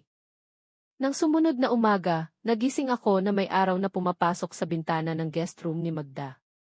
Sandali, nalilito, hindi ko alam kung nasaan ako. Pagkatapos ay bumalik ang lahat na parang pagguho. Ang korte, ang mga pagbubunyag, ang pag-aresto kina Caleb at Jessica. Bumagsak sa akin ang katotohanan ng buong bigat nito. Gising na si Magda, naghahanda ng almusal sa kusina. Ang amoy ng sariwang kape ang sumalubong sa akin nang lumabas ako ng silid.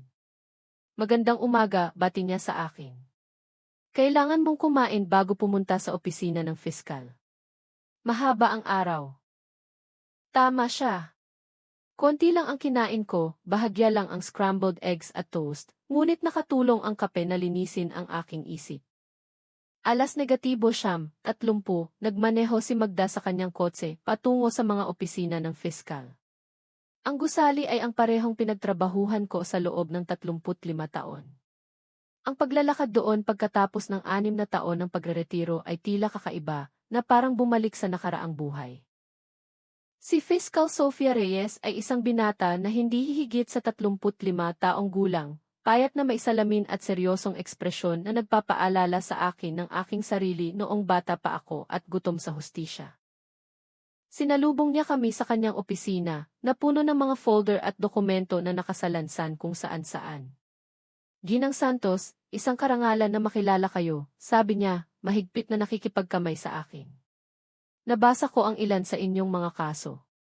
Sila ay legendary sa opisina na ito. Salamat, sagot ko ng simple. Wala ako sa mood para sa professional nostalgia. Dumiretso na tayo sa punto, ipinagpatuloy ni Fiscal Reyes, habang binubuksan ang isang recorder sa kanyang mesa. Kailangan kong marinig ang lahat mula sa simula, bawat detalye, gaano man ito kaliit. At kailangan ko ang lahat ng ebidensya na mayroon kayo. Sa loob ng susunod na 3 oras, sinabi ko sa kanya ang lahat.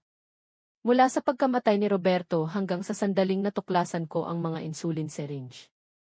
Ipinakita ko sa kanya ang mga litrato, ang mga recording, ang mga bank document, ang mga toxicological report, lahat. Nagtatala si Fiscal Reyes ng galit, paminsan-minsan ay pinapatigil ako para magtanong ng mga partikular na katanungan. Nang marating ko ang bahagi tungkol sa mga newspaper clippings na natagpuan ko sa closet ni Jessica, bigla siyang tumigil.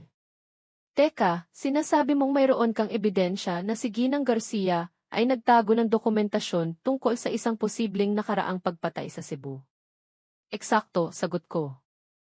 Naglabas ako ng aking telepono at ipinakita sa kanya ang mga litrato na aking kinunan. Narito ang lahat ng mga clipping na may handwritten notes niya.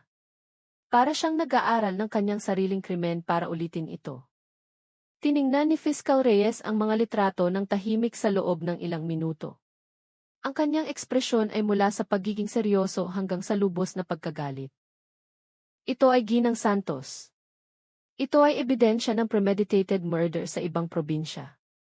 Kailangan kong makipag-ugnayan sa piskal ng Cebu agad. Kung mapapatunayan natin na pinatay niya si Ginoong de la Cruz, pinag-uusapan natin ang life imprisonment nang walang posibilidad ng parol. Sana nga, sabi ko na may matatag na boses, dahil kung hindi ko natuklasan ang kanyang plano sa tamang oras, patay na ako at naghahanap na siya ng kanyang susunod na biktima. Sumandal si Fiscal Reyes sa kanyang upuan, tinanggal ang kanyang salamin para kuskusin ang kanyang mga mata. Sa aking 8 taon bilang fiskal, hindi pa ako nakakita ng ganitong kumpletong kaso. Ginawa mo ang lahat ng investigative work. Idokumento mo ang bawat hakbang.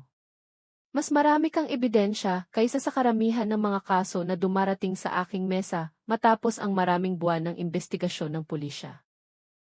35 taon ng karanasan, sagot ko na may maliit na mapait na ngiti. Natuto ako mula sa mga pinakamahusay at natuto din ako mula sa mga pagkakamali ng mga kriminal na aking dinemanda. Alam ko ng eksakto kung anong ebidensya ang kailangan ko at kung paano ito makukuha ng legal. Pag-usapan natin ang iyong anak, sabi ni Fiscal Reyes na maingat. Alam kong mahirap ito para sa iyo, ngunit kailangan kong malaman.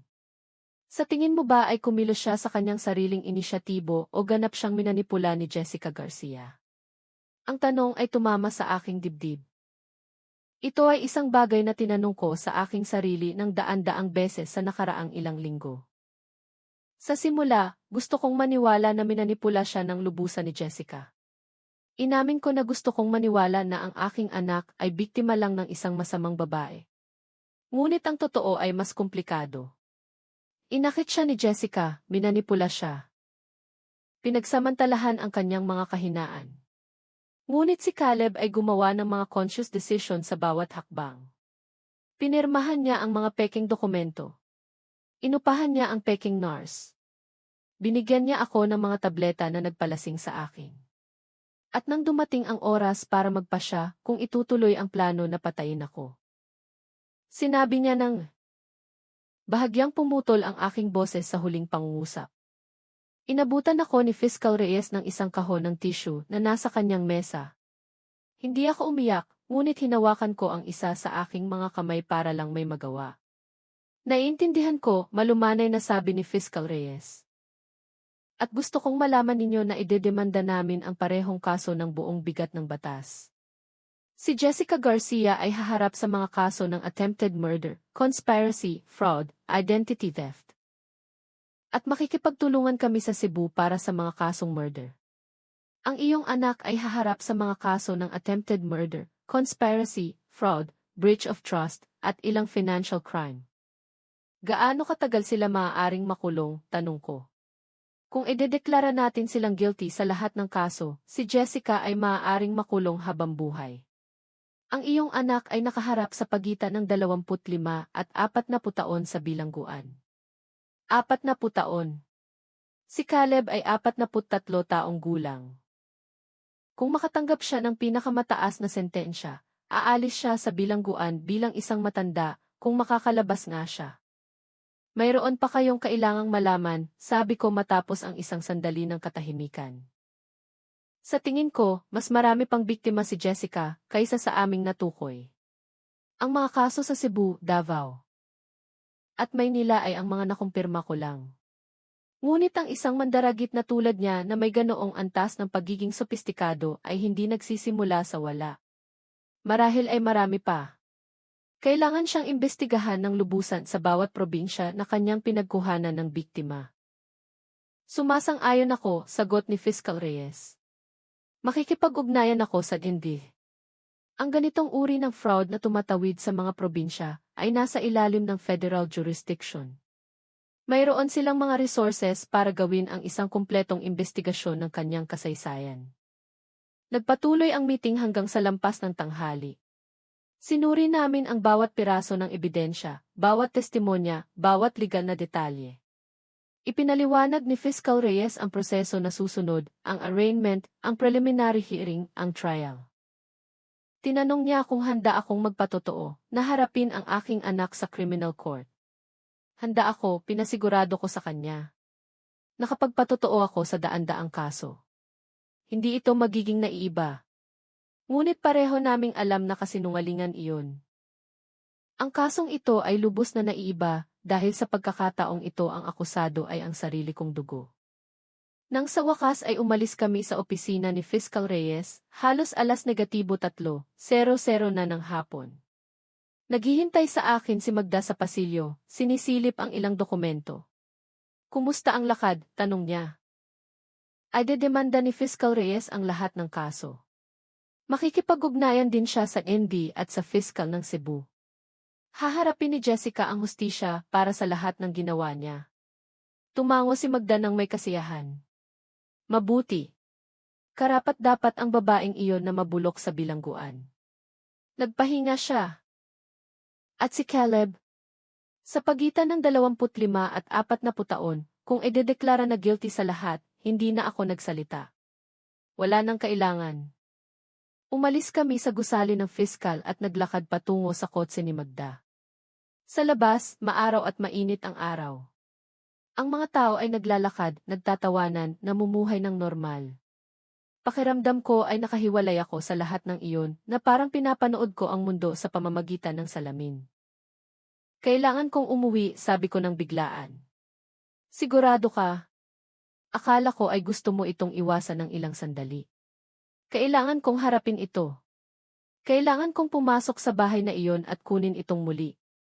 Hindi ko hahayaan na kunin din nila ito sa akin. Marami na silang nakuha sa akin. Naintindihan ni Magda. Nagmaneho siya ng tahimik patungo sa aking lugar. Nang makarating kami sa aking kalye, nakita kong may dilaw na police tape na nakapalibot sa aking bahay.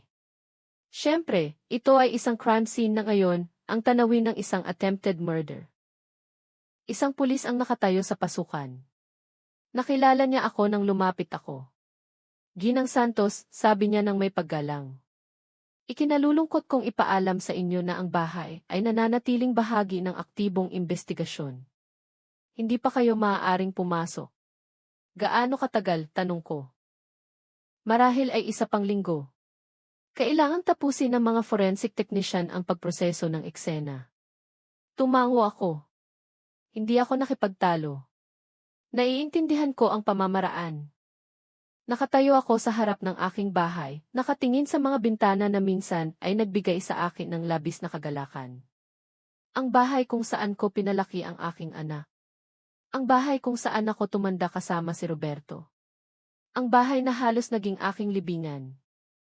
Babalik ako, sabi ko sa mahinang boses, mas sa aking sarili kaysa sa sinuman. Lilinisan ko ang bawat bakas nila. Gagawin ko itong aking tahanan muli. Alam ko, sagot ni Magda, nakatayo sa tabi ko. At tutulungan kita. Lumabas si Aling Betty, ang aking kapitbahay, mula sa kanyang bahay sa sandaling iyon. Nang makita ako, tumakbo siya patungo sa akin na may mga matang puno ng luha. Ginang Santos, salamat sa Diyos at maayos kayo. Labis akong nag-alala. Nang makita ko ang balita, nang malaman ko ang lahat ng nangyari, niyakap niya ako ng mahigpit. Ayos lang ako, Aling Betty, pinasigurado ko sa kanya. Salamat din sa iyo. Mahalaga ang iyong testimonya. Dapat ko nang napansin ng mas maaga, sabi niya sa pagitan ng pag-iyak. Dapat may ginawa ako nang makita kong napakasama ng pagtrato nila sa iyo. Hindi mo kasalanan. Napakahusay nilang magtago ng kanilang ginagawa. Nag-usap pa kami ng matagal. Sinabi sa akin ni Aling Betty na nagsimula na ring maghinala ang ibang mga kapitbahay, ngunit walang nakakaalam kung ano ang gagawin. Naramdaman kong napanatag ako na hindi ako nag-iisa tulad ng aking inaakala. Nang sa wakas ay bumalik kami sa kotse ni Magda, tiningnan ko ang aking bahay ng isang huling beses.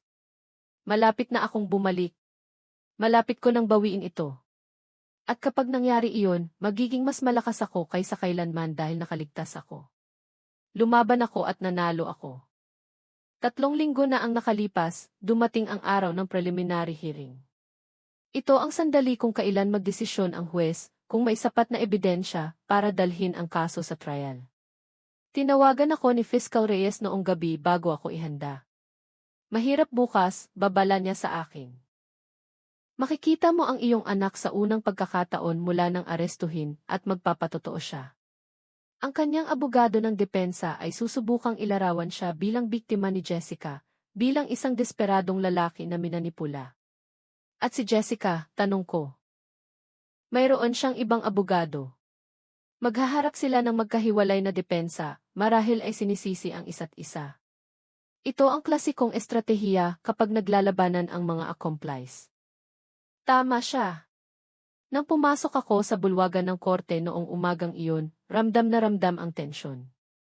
Nakaupo si Caleb sa isang mesa kasama ang kanyang abogado ng depensa, isang matandang lalaki na may kulay abong buhok na nagngangalang attorney Ruben Garcia, kilala sa pagtatanggol ng mga imposibleng kaso. Nakaupo si Jessica sa isa pang mesa kasama ang kanyang abogado, isang bata at agresibong babae na nagngangalang attorney Maribel Suarez. Nang makita ko ni Caleb na pumasok, agad siyang tumingin sa ibang direksyon. Si Jessica, sa kabilang banda, ay tiningnan ako ng masama na parang lahat ng ito ay kasalanan ko at hindi ang bunga ng kanyang sariling mga krimen. Ang nakaupong huwes ay iba sa civil hearing. Ito ay si Hukom Mario Ramos, isang lalaking halos 60 taong gulang na kilala sa pagiging napakahigpit sa mga krimen laban sa mga matatanda. Nabasa ko na siya sa mga pahayagan noong mga taon ko sa opisina ng fiskal. Hindi ako kailanman direktang nagtrabaho sa kanya, ngunit alam kong siya ay patas at hindi pinahihintulutan ang anumang kalokohan. Ipagpapatuloy natin ang preliminary hearing sa kaso ng Estado laban kina Caleb Gomez at Jessica Garcia, anunsyo ni Hukom Ramos. Fiscal Reyes, maaari ninyong ihaharap ang inyong kaso. Tumayo si Fiscal Reyes at sa loob ng susunod na oras ay nagharap ng isang nakakawasak na buod ng lahat ng ebidensya. Ang mga audio recording kung saan pinaplano ni na Jessica at Caleb ang aking kamatayan, ang toxicological analysis ng mga tableta, ang mga insulin syringe, ang mga peking financial document, ang mga testimonya ni Valentino, ang peking nurse, ang mga pahayag ni Aling Betty, lahat. Lubos na tahimik ang silid. Maging ang mga reporter na punong-puno sa mga public benches ay tila kinilabutan sa mga detalye. Nang matapos si Fiscal Reyes, tumayo ang abogado ni Caleb. Kagalang-galang na huwes, nagsimula si Atty. Ruben Garcia. Hindi po itinanggi ng aking kliyente na nakagawa siya ng mga seryosong pagkakamali, ngunit siya po ay biktima ng sistematikong manipulasyon ni Jessica Garcia. Inakit niya po siya, pinagsamantalahan ang kanyang mga problema sa pananalapi. At kinumbinsi siya ng paunti-unti na lumahok sa scheme na ito. Hindi po gagawa ng ganito ang aking kliyente ng mag-isa. Siya po ay isang respetadong abogado, isang family man, hanggang sa makilala niya ang babaeng ito. Kasinungalingan, sigaw ni Jessica mula sa kanyang mesa. Sinubukan siyang pakalmahin ng kanyang abogado, ngunit kumawala siya. Siya ang naghanap sa akin. Sinabi niya sa akin na may pera ang kanyang ina. Siya ang nagplano ng lahat. Order, malakas na sigaw ng huwes, pinukpok ang kanyang gavel.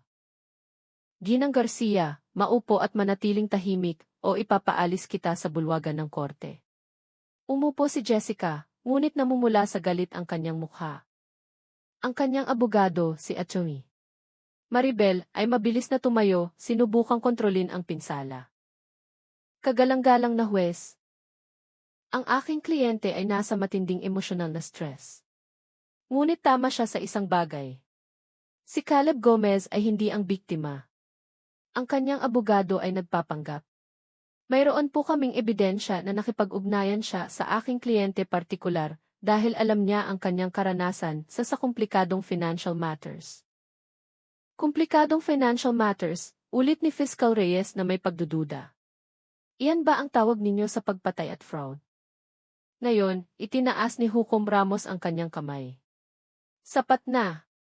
Hindi ko hahayaan na maging sirko ang pagdinig na ito. Fiscal Reyes, mayroon pa ba kayong ebidensya na ihaharap? Opo, kagalang-galang na huwes. Gusto kong tawagan si Ginang Eleonora Santos para magpatotoo. Bumilis ang tibok ng puso ko. Alam kong darating ang sandaling ito, ngunit walang nakapaghanda sa akin na lumakad sa stand na iyon, manumpa, at umupo sa harap ng aking anak. Alam kong ang aking testimonya ay magpapakulong sa kanya. Nagsimula si Fiscal Reyes sa mga pangunahing tanong, ang aking pangalan, ang aking edad, ang aking kaugnayan sa mga akusado. Pagkatapos ay nagsimula siyang maghukay ng mas malalim. Ginang Santos, maipapaliwanag mo po ba sa korte kung ano ang nangyari matapos mamatay ang iyong asawa? Huminga ako ng malalim at sinimulan ang kwento. Bawat detalye. Kung paano lumitaw si Caleb na may mga dokumento na pirmahan. Kung paano nila ako sinimulang lasonin. Kung paano nila ako tinrato na parang may senile dementia. Kung paano ko natuklasan ang kanilang plano na patayin ako. Habang nagsasalita ako, tinitingnan ko si Caleb. Patuloy siyang nakatingin sa mesa, nakakuyom ang mga kamay ng mahigpit na pumuti ang kanyang mga buko-buko.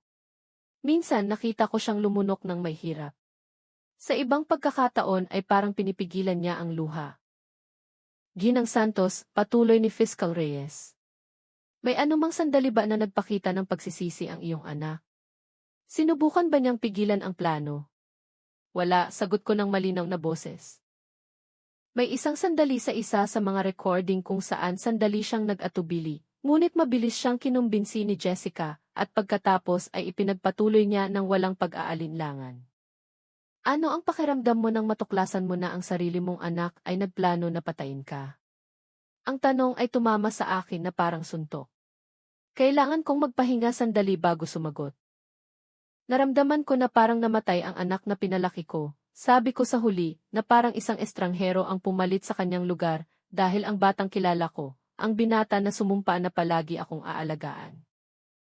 Ay hindi kailanman gagawa ng ganito. Ang lalaking ito sa harap ko ay hindi ang aking anak. Siya ay isang kriminal na may kaparehong mukha. Narinig ko ang isang pinipigilang paghikbi. Nakahawak si Caleb sa kanyang ulo. May binulong sa kanya ang kanyang abogado, ngunit hindi siya sumagot. Nang matapos si Fiscal Reyes, lumapit ang abogado ni Caleb, si Atty. Ruben Garcia, para sa cross-examination. Ginang Santos, nagsimula siya na may mahina, halos mabait na boses. Kayo po ay isang fiscal sa loob ng maraming taon, tama? 35 taon. Isang kahanga-hangang karera. Sigurado akong nakapag-develop kayo ng napaka-espesyal na kasanayan.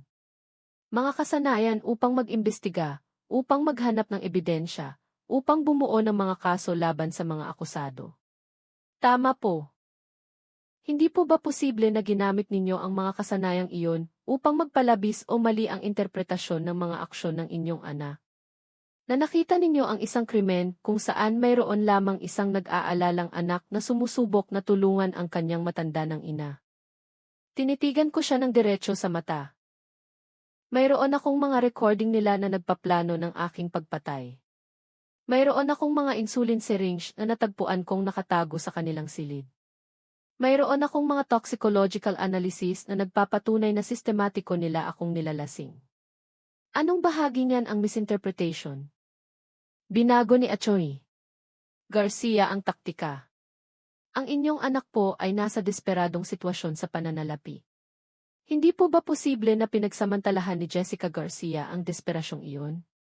Na minanipula niya siya hanggang sa gawin niya itong isang bagay na hindi niya kailanman noon. Ang aking anak ay isang 43 taong gulang na matanda, sagot ko. Siya ay isang abogado na may pinag-aralan sa unibersidad. Alam niya ang batas. Alam niya ang pagkakaiba sa pagitan ng tama at mali.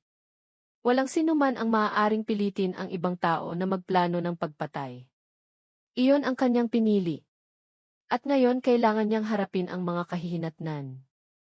Wala nang tanong pagkatapos niyan. Bumaba ako mula sa stand at bumalik sa aking upuan sa tabi ni Magda, na naroroon sa buong pagdinig. Pagkatapos ay dumating ang turn ng abogado ni Jessica, si Atty. Maribel Suarez.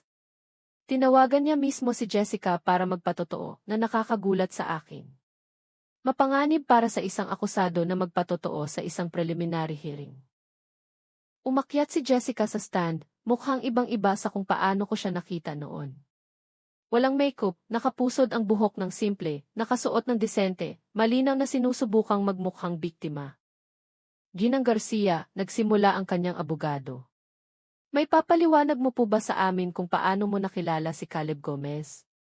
Nagkakilala po kami sa isang social event 1 taon na ang nakalipas, sagot ni Jessica na may nanginginig na boses na ibang-iba sa kanyang karaniwang tono.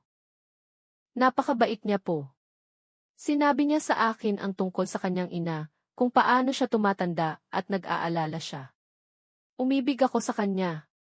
Kasinungalingan, lahat ay kasinungalingan. Ngunit mahusay siyang artista. At kailan po niya sinimulang pag-usapan ang mga problema sa kanyang ina? Hindi nagtagal matapos kaming magsimulang mag-date, sinabi niya sa akin na ang kanyang ina ay nawawalan ng alaala, na kailangan niya ng tulong. Hiniling niya sa akin na tulungan siyang alagaan siya.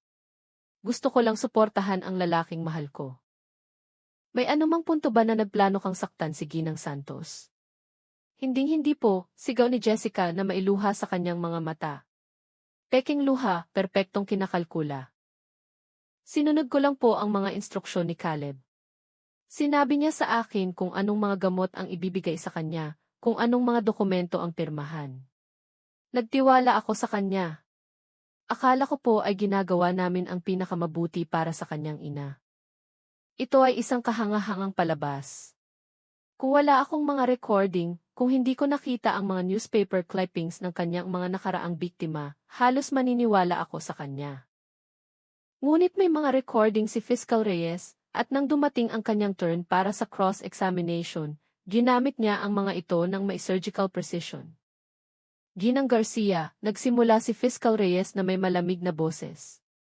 Totoo po ba na gumamit kayo ng hindi bababa sa 3 magkakaibang pangalan sa nakaraang 10 taon? Pumutla si Jessica. Iyan po ay para sa personal na kadahilanan. Totoo po ba na kayo ay kasal kay Ginoong William de la Cruz sa Cebu na namatay sa ilalim ng kahina-hinalang sitwasyon 6 na buwan matapos ang inyong kasal? Wala pong kinalaman iyan sa, totoo po ba na nagtago kayo ng mga newspaper clippings tungkol sa pagkamatay ni Ginoong de la Cruz? Mga clipping na may mga tala na isinulat ninyo na nagsusuri kung paano ninyo naiwasan ang isang investigasyon. Ang katahimikan sa silid ay lubos. Nagbukas at nagsara ng bibig si Jessica nang ilang beses nang hindi makasagot. Nagpatuloy si Fiscal Reyes ng walang awa. Totoo po ba na sa isang recording na mayroon kami bilang ebidensya, sinabi ninyo kay Caleb Gomez na perpekto ang ginawa namin sa Cebu? Ano po ang tinutukoy ninyo doon, Ginang Garcia? Tuluyang bumagsak si Jessica. Nagsimula siyang sumigaw, umiyak, inakusahan si Caleb, ang huwes, ako, lahat. Hindi ninyo naiintindihan. Ang matandang babaeng iyon ay mailabis na pera. Hindi niya ito karapat-dapat. Nagtrabaho ako ng husto sa buong buhay ko at wala akong nakuha. Makatarungan lang iyon. Sinubukan ng kanyang abogado na pakalmahin siya, ngunit huli na ang lahat. Nangyari na ang pinsala. Pinukpok ni Hukom Mario Ramos ang kanyang gavel ng paulit-ulit hanggang sa tuluyang tumahimik si Jessica. Sapat na ang narinig ko, sabi niya na may matigas na boses. Higit pa sa sapat na ebidensya para magpatuloy sa trial sa lahat ng kaso. Mananatili ang mga akusado na nakakulong ng walang karapatan sa bail hanggang sa trial. Ang pagdinig na ito ay ipinagpapaliban. At ganoon lang. Natapos ito. Sina Caleb at Jessica ay posas at inilabas ng silid. Hindi ako tiningnan ng aking anak ng isang beses habang dinadala siya. Patuloy na sumisigaw si Jessica ng mga bastos na salita hanggang sa nawala ang kanyang boses sa malayo. Nanatili akong nakaupo, nararamdaman ang isang kakaibang kawalan. Nanalo na naman ako. Ngunit ang tagumpay na ito ay hindi pakiramdam ng tagumpay. Ito ay pakiramdam ng isang peklat na hindi kailanman ganap na gagaling. Ang buong trial ay tumagal ng 6 na linggo. 6 na linggo ng nakakawasak na testimonya, napakaraming ebidensya, at ang dahan-dahang pampublikong pagwasak ng 2 tao na sinubukan akong sirain muna. Ang media ay nag-ulat araw-araw, bawat detalye. Ang aking mukha ay nasa lahat ng balita. Ang retiradong fiskal na nakatuklas ng plano ng kanyang sariling anak na pumatay. Isang headline na hindi ko kailanman naisip na babasahin ko. Sa loob ng mga linggong iyon, kinailangan kong marinig ang mga bagay na hindi dapat marinig ng isang ina. Testimonya mula sa mga forensic expert na nagpapaliwanag ng eksakto kung paano pinlano ni Jessica na patayin ako gamit ang mga insulin syringe. Mga psychologist na nagsusuri sa lamig ng kalooban kung saan nilalasing ni Caleb ang sarili niyang ina. Mga investigador ng SBA na naghaharap ng ebidensya na si Jessica ay sangkot sa pagkamatay ng hindi bababa sa 3 iba pang matatanda sa iba't ibang probinsya. Bawat araw ay pahirap, ngunit bawat araw din ay nagpapaalala sa akin kung bakit ko ito ginagawa. Hindi lang para sa akin, kundi para sa lahat ng biktima ni Jessica. Para kay Ginoong de la Cruz sa Cebu na namatay ng mag-isa at takot. Para kay Ginang Mendoza sa Davao na nawala ang lahat bago pa man mapigilan ang kanyang pamilya. Para sa lahat ng mahihinang matatanda na maaaring maging susunod na biktima kung hindi ko pipigilan ang mandaragit na ito. Ngayon, sa araw ng desisyon, lubos na puno ang silid. Nakaupo si Magda sa tabi ko, hawak ang aking kamay. Dumating din si Aling Betty, kasama ang ilang kapitbahay na gustong suportahan ako. Si Fiscal Sofia Reyes ay mukhang kumpiyansa ngunit tensyonado. Alam niyang nagharap kami ng isang matibay na kaso, ngunit hindi mahulaan ang mga jury. Nang bumalik ang jury matapos magliblib sa loob ng 2 araw, nakakabingi ang katahimikan sa silid. Ang forewoman ng jury, isang babaeng may edad na may seryosong ekspresyon, ay tumayo na may hawak na papel ng desisyon. Sa kaso ng Estado laban kay Jessica Garcia, nagsimula siya ng malinaw na boses.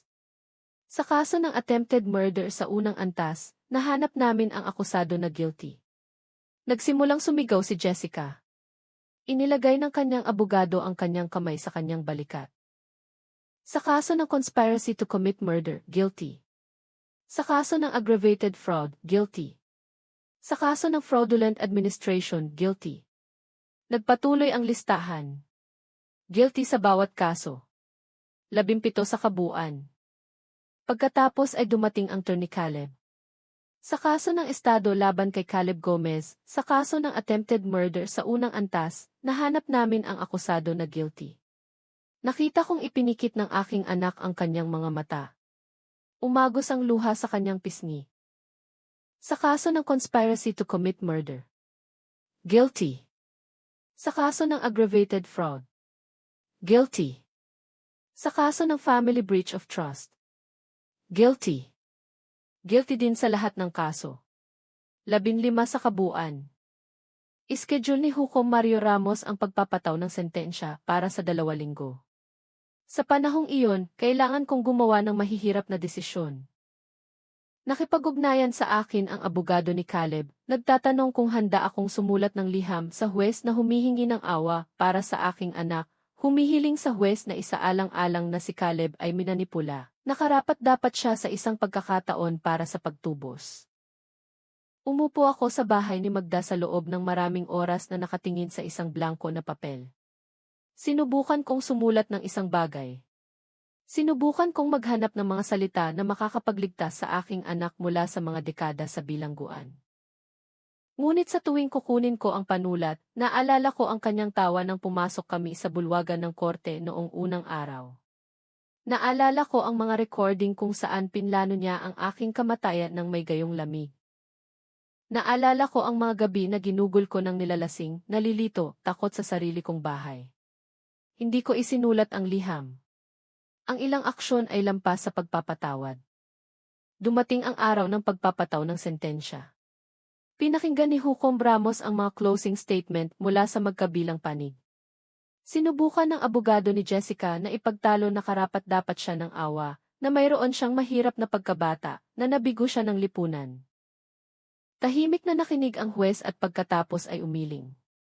Ginang Garcia, sabi niya na may matigas na boses. Ikaw ay isang kalkuladong mandaragit na nag-iwan ng bakas ng pagkasira sa maraming probinsya.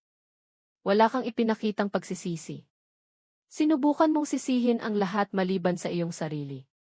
Kinakatawan mo ang isang permanenteng panganib sa lipunan, lalo na sa aming mga pinakamahinang mamamayan. Nagpahinga siya.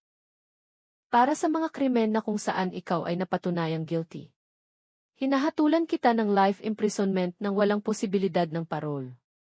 Bukod pa rito, ikaw ay extradite sa Cebu upang harapin ang mga kaso ng pagpatay sa kaso ni William de la Cruz. Sumigaw si Jessica. Sinubukan niyang tumayo, ngunit pinigilan siya ng mga bailif. Patuloy siyang sumisigaw habang kinalagkad siya mula sa silid. Sa pagkakataong ito, hindi pag-arte ang kanyang mga sigaw. Ito ay tunay na desperasyon. Pagkatapos ay dumating ang Attorney Caleb. Huling pagtatangka ng kanyang abogado na umapela sa awa ng huwes, ipinagtatalo na ang aking anak ay isang mabuting tao bago makilala si Jessica, na karapat-dapat siya ng ikalawang pagkakataon. Tiningnan ni Hukom Ramos ng diretso si Caleb. Ginoong Gomez, hindi ka isang desperadong lalaki na nagkamali sa isang sandali ng kahinaan. Sistematiko mong pinlano sa loob ng maraming buwan na patayin ang sarili mong ina, ang babaeng nagpalaki sa iyo, nagturo sa iyo, nagbigay ng lahat para sa iyo. Ginawa mo ito para sa pera. Dahil sa purong kasakiman. Nakayuko si Caleb.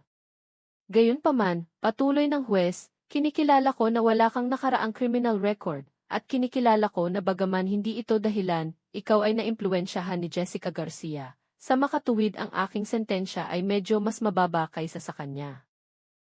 Gumawa siya ng isang dramatikong paghinto. Hinahatulan kita ng 35 taon sa bilangguan nang walang posibilidad ng parol sa loob ng 15 taon. Kapag lumabas ka, kung makakalabas ka nga, magiging matanda ka na. Magiging ka na sa edad ng iyong ina ngayon. Marahil ay maiintindihan mo na kung ano ang sinubukan mong kunin sa kanya. 35 taon. Si Caleb ay 43. Makakalabas siya sa edad na 78 kung mabubuhay siya ng ganoon katagal. Ang buong buhay niya ay nasayang. Lumapit ang mga bailif para dalhin siya. Ngunit bago nila siya hawakan, bumaling sa akin si Caleb. Sa unang pagkakataon sa buong trial, tiningnan niya ako ng diretso sa mata. Nagsisisi ako, ma, sabi niya na may basag na boses, nagsisisi ako sa lahat. Alam kong hindi ko karapat-dapat ang iyong pagpapatawad, ngunit kailangan mong malaman na nagsisisi ako. Tiningnan ko siya ng tahimik sa loob ng mahabang sandali. May bahagi sa akin ang gustong tumakbo sa kanya, yakapin siya, sabihin sa kanya na pinatawad ko siya. Ngunit ang isa pang bahagi, ang bahaging nakaligtas sa kanyang pagtataksil, ay nanatiling matatag. Nagsisisi din ako, sabi ko sa huli. Nagsisisi ako na ang anak na pinalaki ko ay patay. Nagsisisi ako na pinayagan mo ang kasakiman na sirain ang lahat ng mabuti sa iyo. Nagsisisi ako na pinili mo ang pera kaysa sa iyong sariling ina. Nagpahinga ako. Ngunit higit sa lahat, nagsisisi ako na hindi mo kailanman talaga nakilala ang babaeng nagbigay sa iyo ng buhay. Dahil kung nakilala mo siya, kung naintindihan mo kung sino talaga ako, hindi mo kailanman susubukang gawin ito. Dinala nila siya pagkatapos niyan. Umalis ako sa bulwagan ng korte kasama si Magda. Sa labas, naghihintay sa akin ang mga reporter na may mga kamera at mikropono. Sa pagkakataong ito, hindi ako tumakbo mula sa kanila. Ginang Santos, ano po ang pakiramdam ninyo matapos ang pagpapatao ng sentensya? Huminga ako ng malalim. Naramdaman kong napanatag ako na naisagawa ang hustisya. Nalulungkot ako para sa anak na nawala sa akin, ngunit higit sa lahat ay nagpapasalamat ako na buhay ako. At umaasa ako na ang aking kwento ay magsilbing babala sa iba pang matatanda na maaaring nasa katulad na sitwasyon. Huwag kailanman hayaan ang sinuman, kahit ang sarili mong pamilya, na iparamdam sa iyo na wala kang magawa. Palaging may paraan upang lumaban. 2 buwan pagkatapos, sa wakas ay nakabalik ako sa aking bahay. Natapos na ang investigasyon ng pulisya. Kumuha ako ng isang professional cleaning company para linisin ang bawat sulok. Ibinigay ko o itinapon ang lahat ng iniwan ni Jessica at Caleb. Pinintahan ko muli ang mga dingding. Binago ko ang mga muebles. Ginawa kong opisina ang kanilang silid. Naramdaman kong iba na ang bahay ngayon, mas maliit nang wala si Roberto, mas tahimik nang wala ang bigat ng pagtataksil, ngunit ito ay sa akin muli. Tumulong si Aling Betty at ang ibang kapitbahay sa akin na makapag-ayos muli. Nanatili si Magda sa akin sa unang ilang linggo hanggang sa komportable na akong mag-isa muli. Paunti-unti, itinayo ko muli ang aking buhay. 6 na buwan pagkatapos ng trial, nakatanggap ako ng liham. Ito ay mula sa isang babae sa Bacolod na nagngangalang Maribel Sanchez. Sinabi niya sa akin na ang kanyang ina ay biktima ng katulad na scheme sa sinubukan ni Jessica sa akin. Salamat sa aking kaso, sa lahat ng publisidad na natanggap nito. Nakilala niya ang mga senyales sa tamang oras. Nailigtas niya ang kanyang ina at nagawa niyang maaresto ang mga manloloko. Nailigtas ninyo ang aking ina, isinulat niya. Ang inyong tapang ang nagbigay sa amin ng lakas upang lumaban. Iyon ang una sa maraming liham. Nakatanggap ako ng 12-dosenang liham mula sa mga pamilya na gumamit ng aking kwento upang protektahan ang kanilang mga matatandang mahal sa buhay.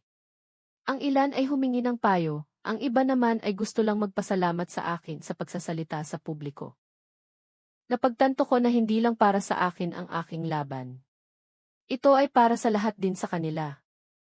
Ngayon, kapag nakaupo ako sa aking hardin sa hapon na tinitingnan ang mga bulaklak na aking itinanim kung saan dati umupo si Roberto at nagbabasa ng pahayagan, iniisip ko ang lahat ng nangyari. Iniisip ko kung gaano ako kalapit na mawala ang lahat. At iniisip ko ang lakas na natuklasan ko sa loob ko. Ang parehong lakas na nagpagawa sa akin na isang kinatatakutang fiscal mga dekada na ang nakalipas. Ako ay 71 taong gulang. Nakaligtas ako sa attempted murder ng sarili kong anak.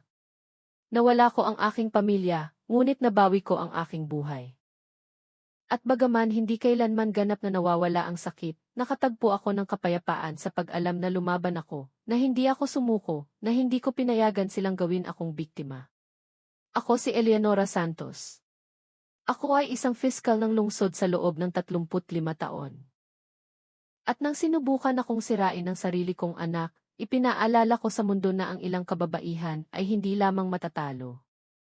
Ito ang aking kwento, isang kwento ng pagtataksil, kaligtasan at hustisya. At umaasa ako na ito ay magsilbing paalala sa lahat na hindi kailanman huli ang lahat upang lumaban para sa tama. Kailanman.